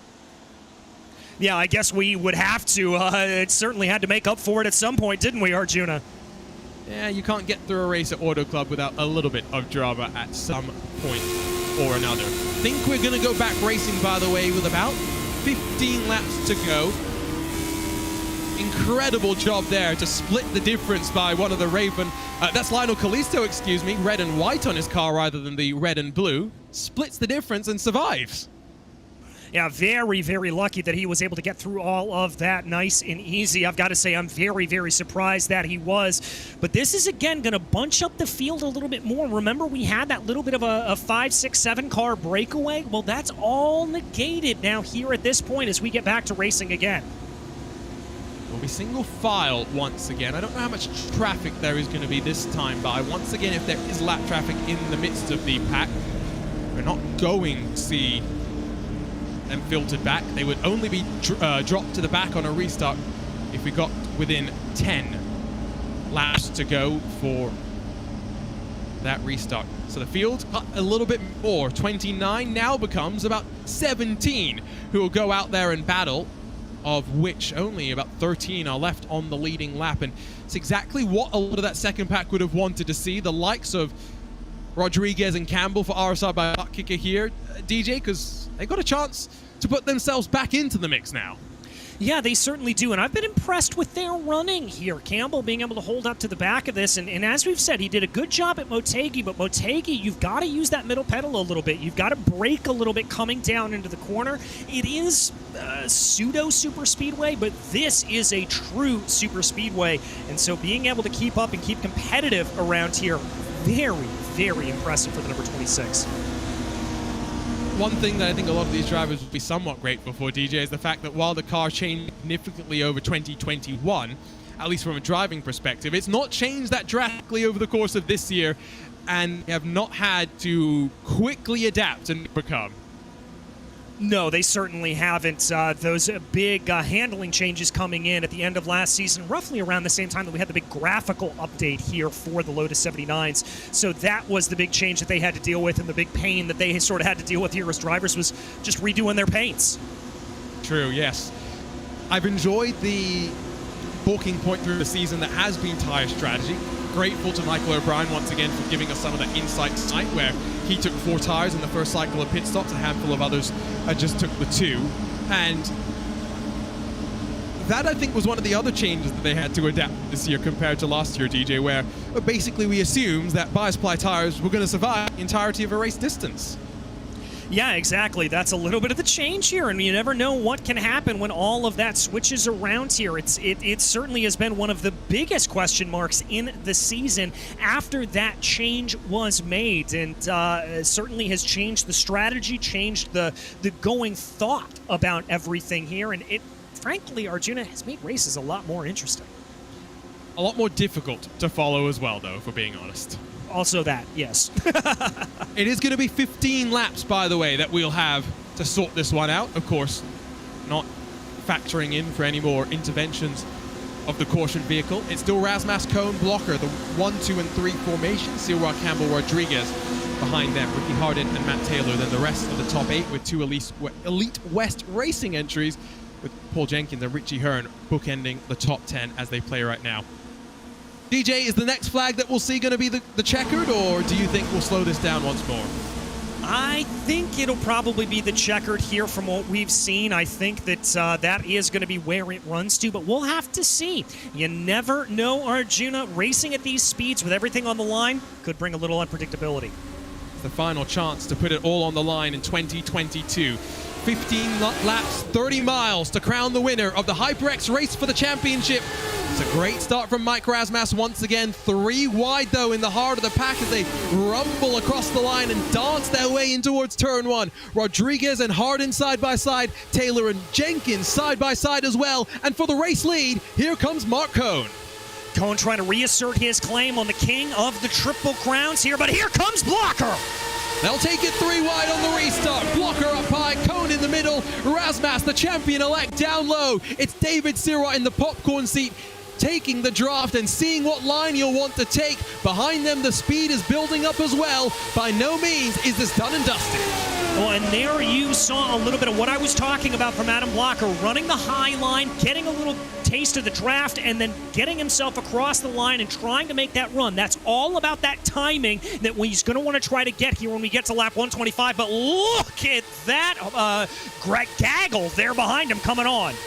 Blocker once again will try and go up high. Will Luke Daniels, I think, in that 4D sim racing car, give him a bit of help in terms of the push that he may need to clear one, if not both of the cars. Down low, movement up and down on the timing tower. Hard to tell who's in the driver's seat. RaceSpot and Cone 1 and 2 at the front of the field. Then Sirra, Rodriguez, and Blocker. Not sure exactly who's in third. Yeah, not exactly sure either, as it is 3 wide, 2 deep here at this point as they continue to work their way around, trying to see what they are able to do. That is RaceSpot able to get a good run off of the low line, but here comes a little bit of momentum for Mark Cone. Does Blocker have anything to say about it? Drifting around here, almost 4 wide, farther back in the pack. And I don't think we mentioned it too much over the course of the previous 112 laps. This is a bumpy surface. Even though it looks like the cars are handling it quite well, these drivers will be white-knuckling the wheels right now, just trying to hold on and keep it pointed the way they want it. Yeah, very, very much so. It is a very abrasive surface, and again, as you start to get a little bit closer here and you're not strictly adhering to those signs and those lines painted there, the seams, you may find yourself a little bit out of luck. What are we going to see from your major contenders? How aggressive will they be at a track where, again, the average margin of victory is about 1/4 of a 1/10 of a second? Get your cameras out, get ready to photograph a finish and then pick apart who had a pixel in front of the other, because it very well may come down to something like that. Still RaceSpot and Cone juking it out, low line and middle groove. As much Blocker is trying that third line, he's not finding much success. No, he's really not, and he's getting a little bit bottled up there behind as a couple of drivers there are bottling him up a little bit as they run going down now into turn 3 and 4. They're going to come to the line here with 10 laps to go. This is all about positioning. This is all about figuring out how this is, and this is about being careful here at this point. You don't want to be too aggressive and bring out another one of those dreaded yellows.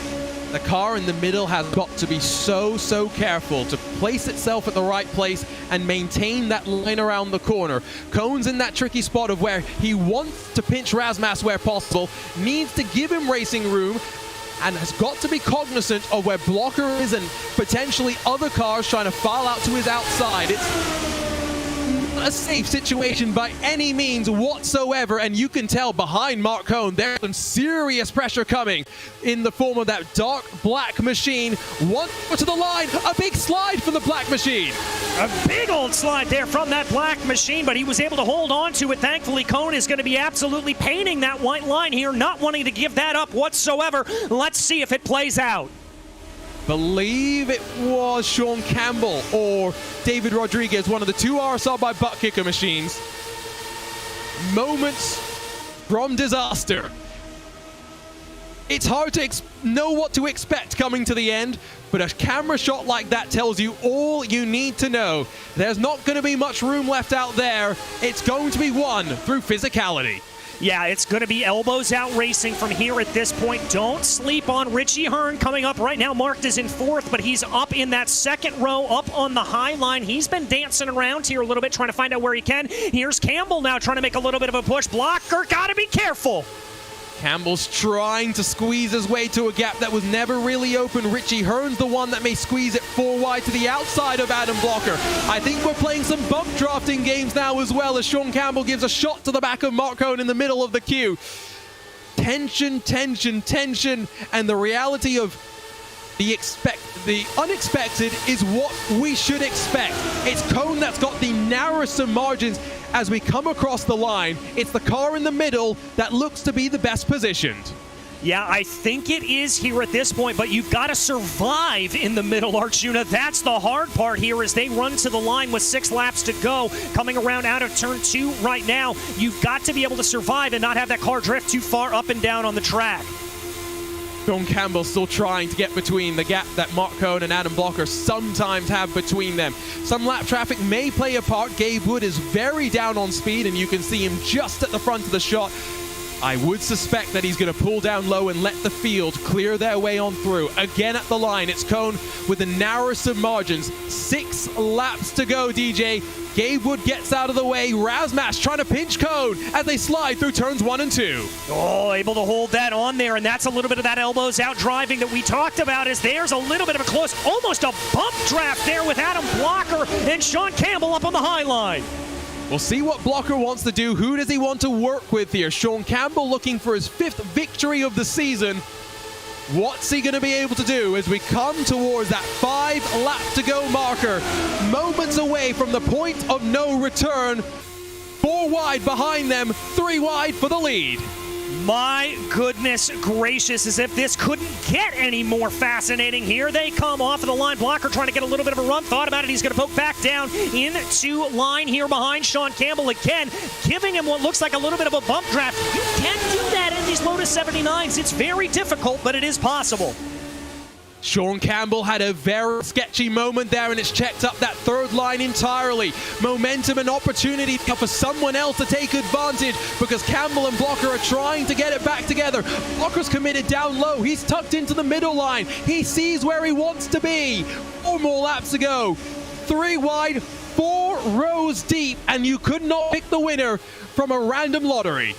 No, you certainly could not. Here they come, coming up the middle. Ricky Harden, now the one that's completely boxed in, getting a little bit of the push in the back there from Adam Blocker. He's got to be careful not to push the pusher and make sure that they don't have a little bit of a problem as they come in through. Trying to see what they are able to do right now. Almost 4 wide as they come out of the corner. Whoa, contact! That's going to be Sirwa down into the grass. At that 2nd in the championship, done and dusted. Matt Taylor will grab 2nd spot for the 2nd year in a row. But the caution flies to end the season.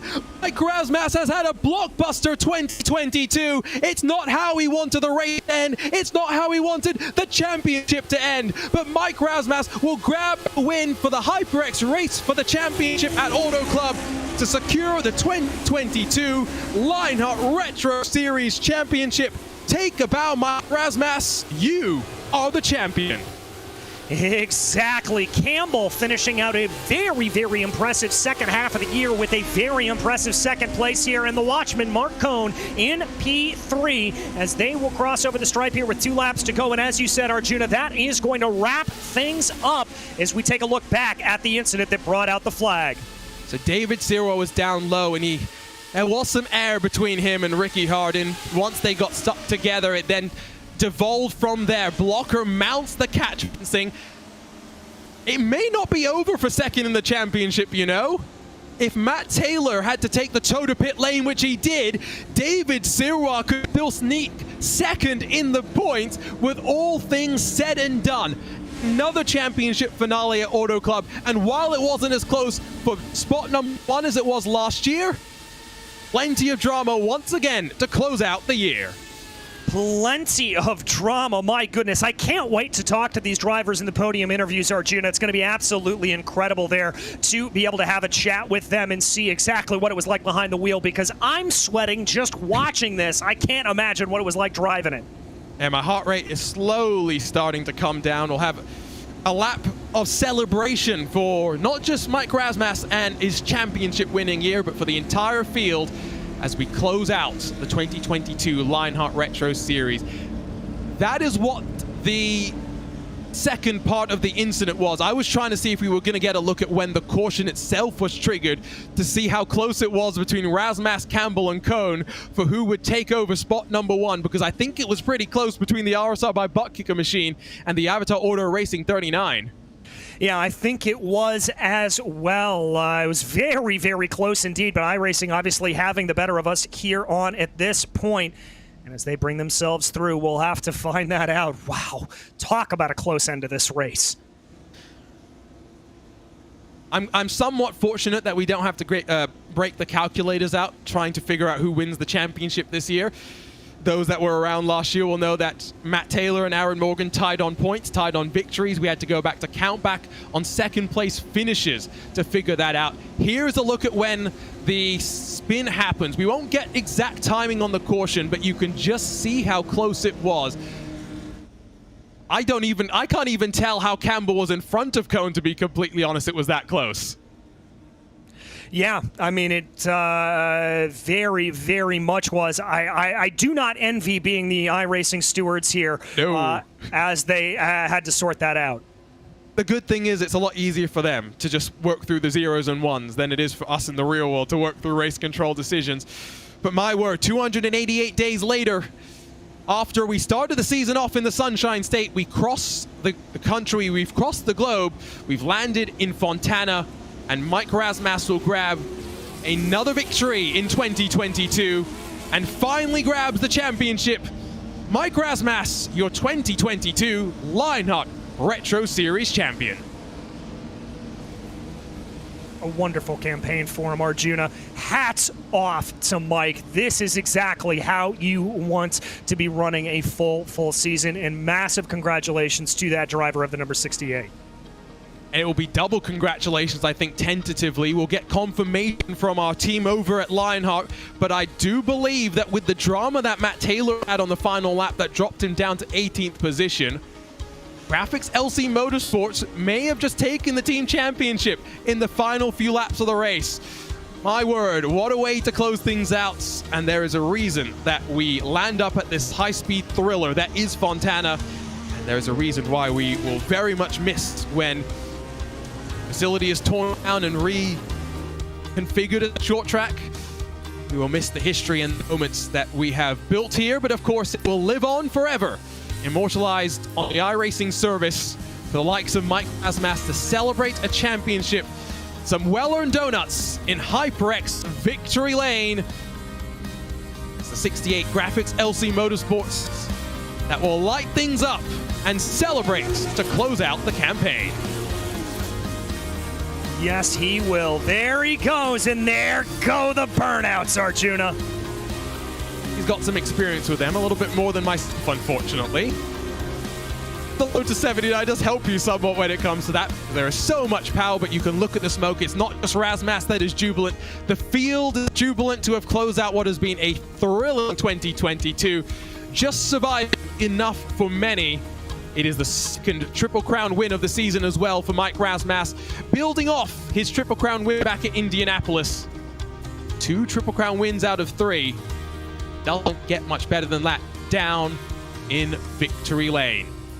Let's grab a look then at our unofficial race results presented by SimRace247.com.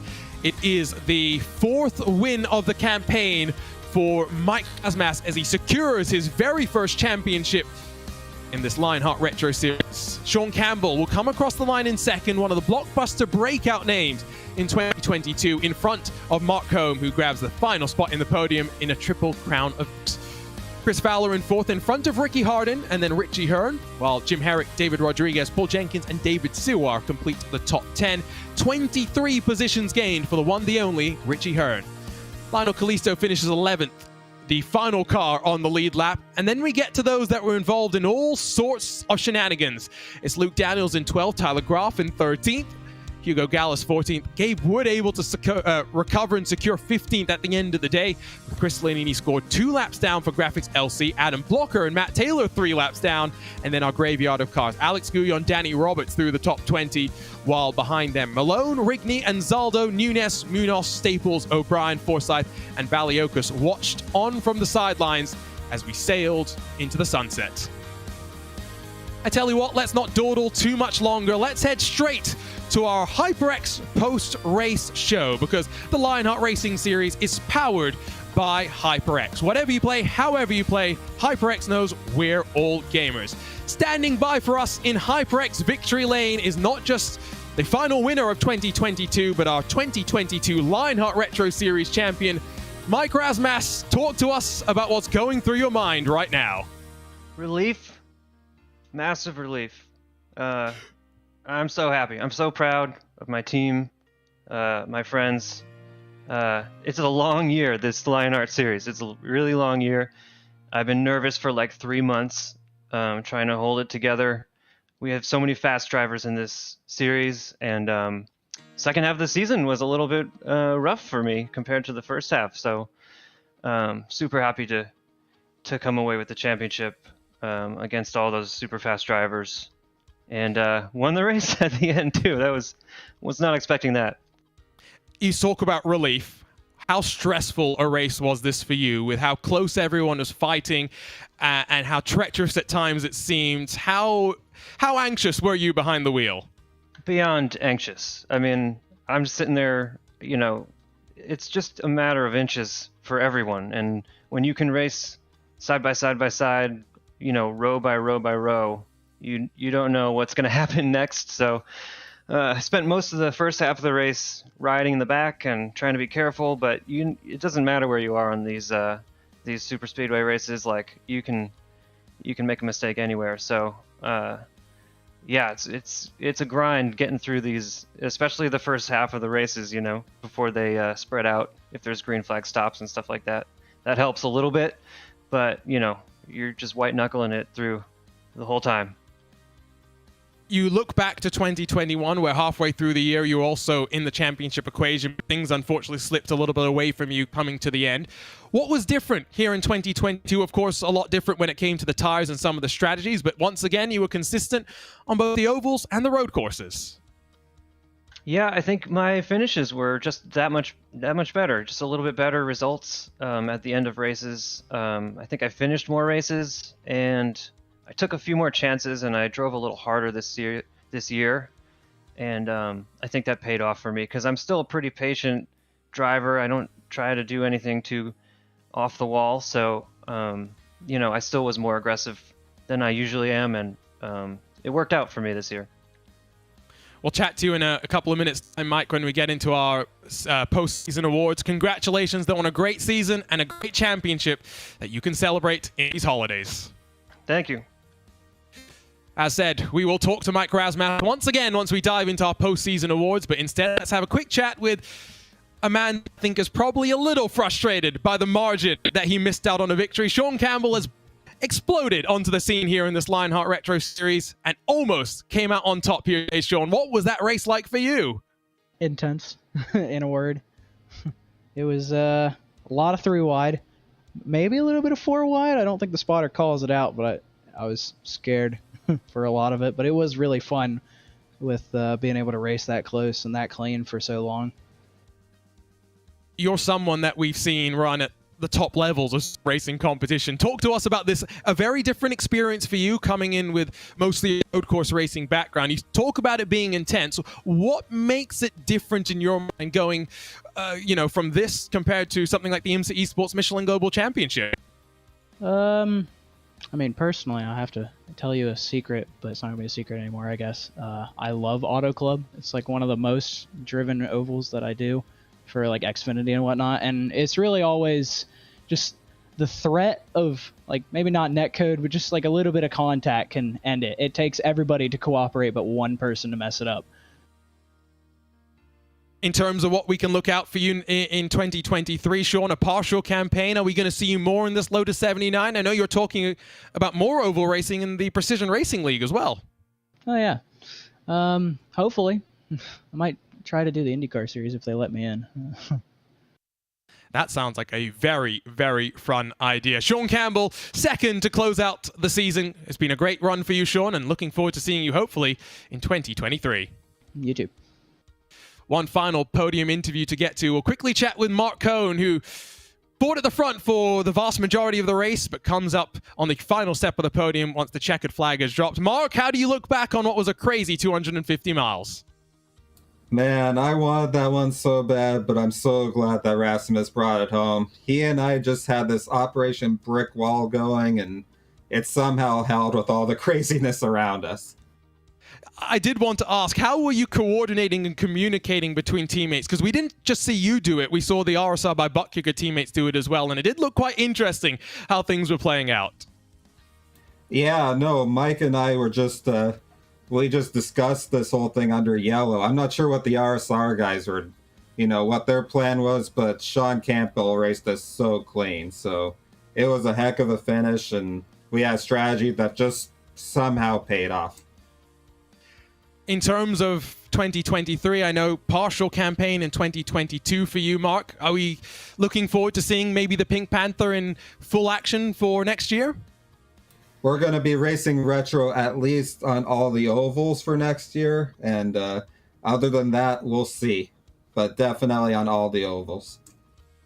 Perfect. Well, that's Mark Cohen, the final of our podium finishers. Mark will stick around because it's time for us to head into our postseason award show. And to start things off, we'll welcome in the series organizer, George Anzaldo, to present our season champion with his award.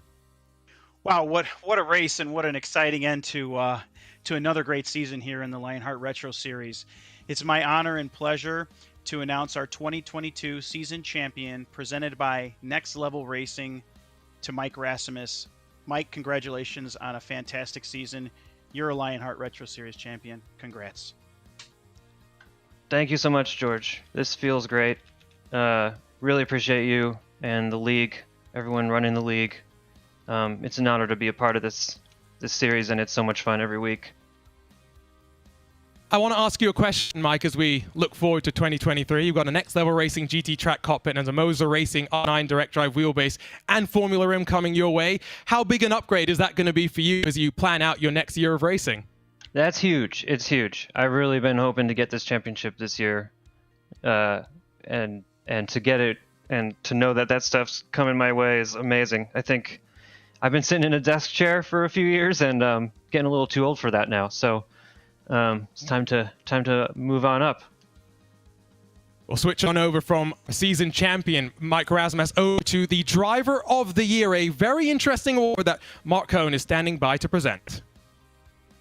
Driver of the Year. This isn't just the award for the guy that shows up, but the guy that really makes a difference.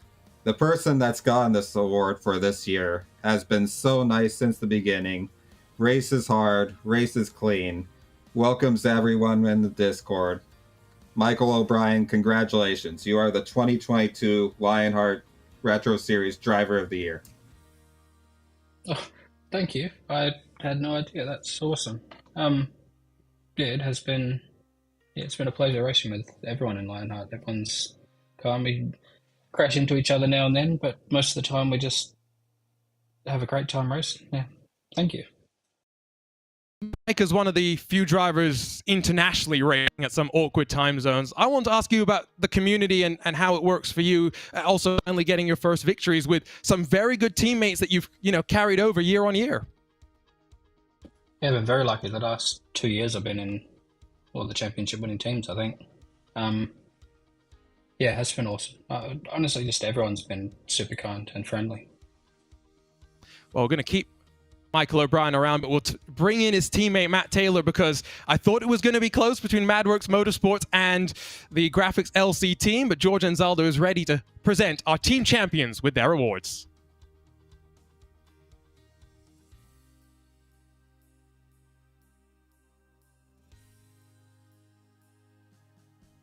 I think we'll switch on over instead to the Rookie of the Year, where Chris Fowler is standing by to hand out our award there. Yeah, I got the Rookie of the Year presented by Butt Kicker. The winner of this is going to get some good stuff from Butt Kicker t-shirt and a Gamer Plus. And in dominant fashion in the rookie season, congratulations to David Rodriguez on winning Rookie of the Year. Congratulations, man. Great job.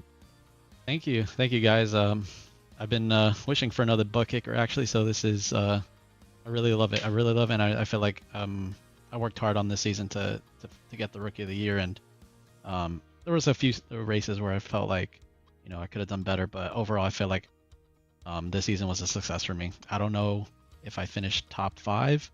I was in a tight battle with Tyler and Ricky, so I have to look at the points to see where I finished there, but yeah, overall it was a great season for me.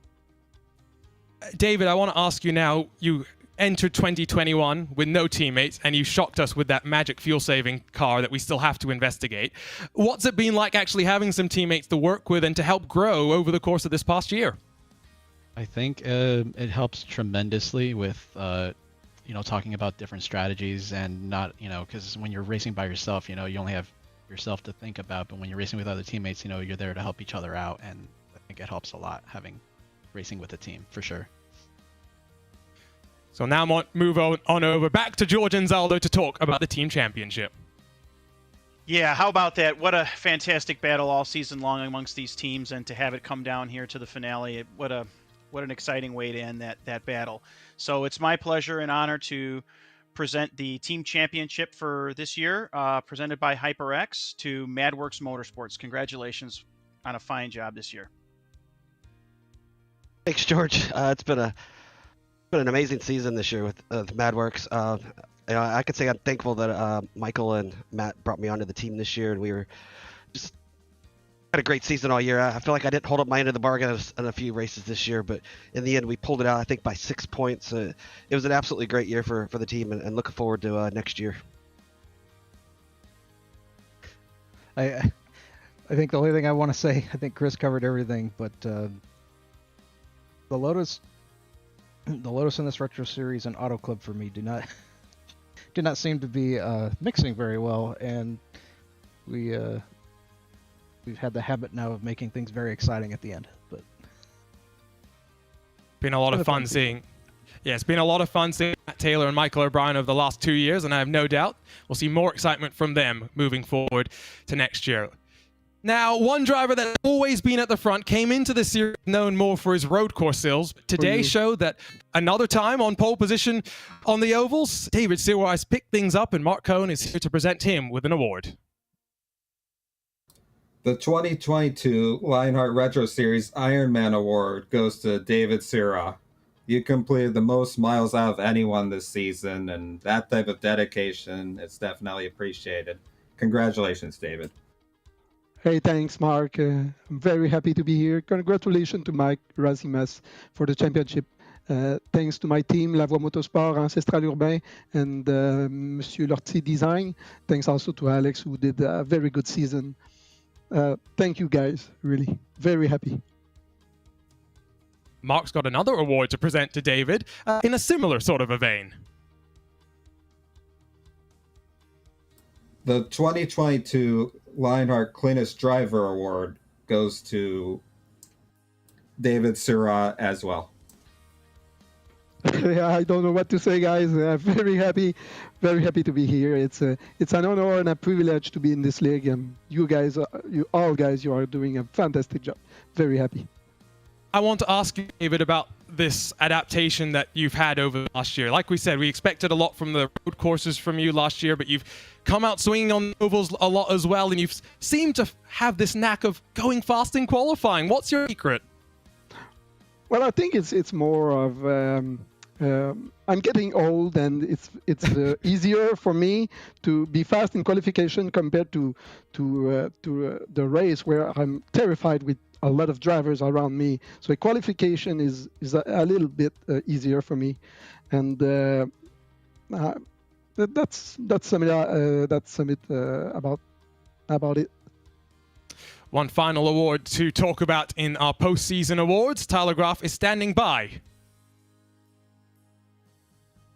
Actually, he is not. Tyler Graff is now standing by to talk about our final award of 2022. Yeah, hi. The Turning Point Award presented by Graphics Esports. This is the award that awards the driver with the biggest turnaround in their season.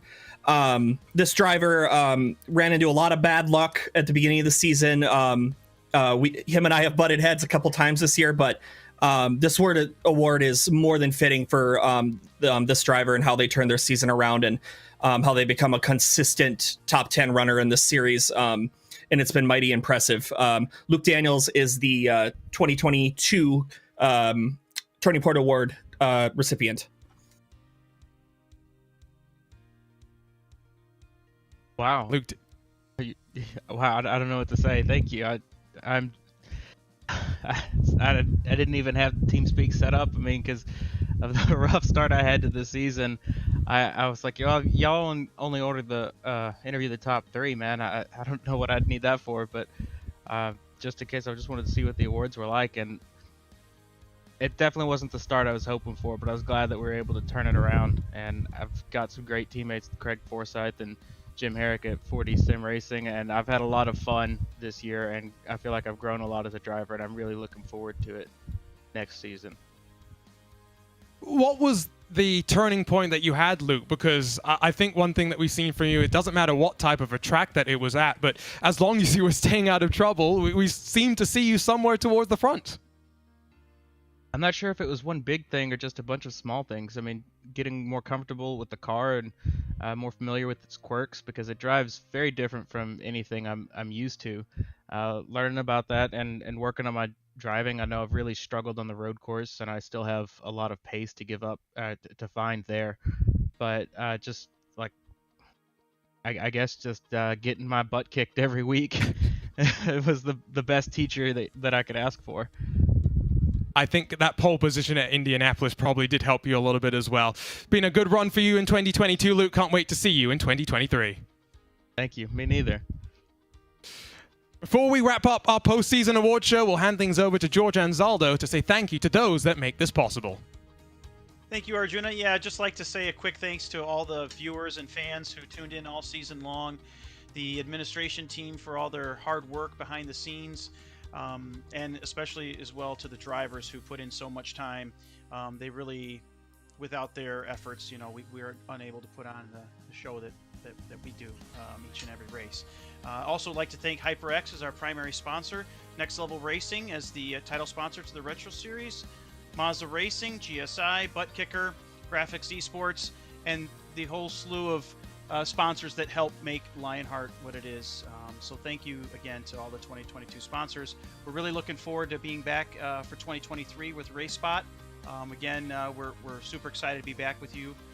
You've been doing a fantastic job. We really have never looked better, and we're really proud to be here and to have you producing our broadcast. So with that, I'd just like to say thank you again to everyone, and we'll see you again in March. Take care.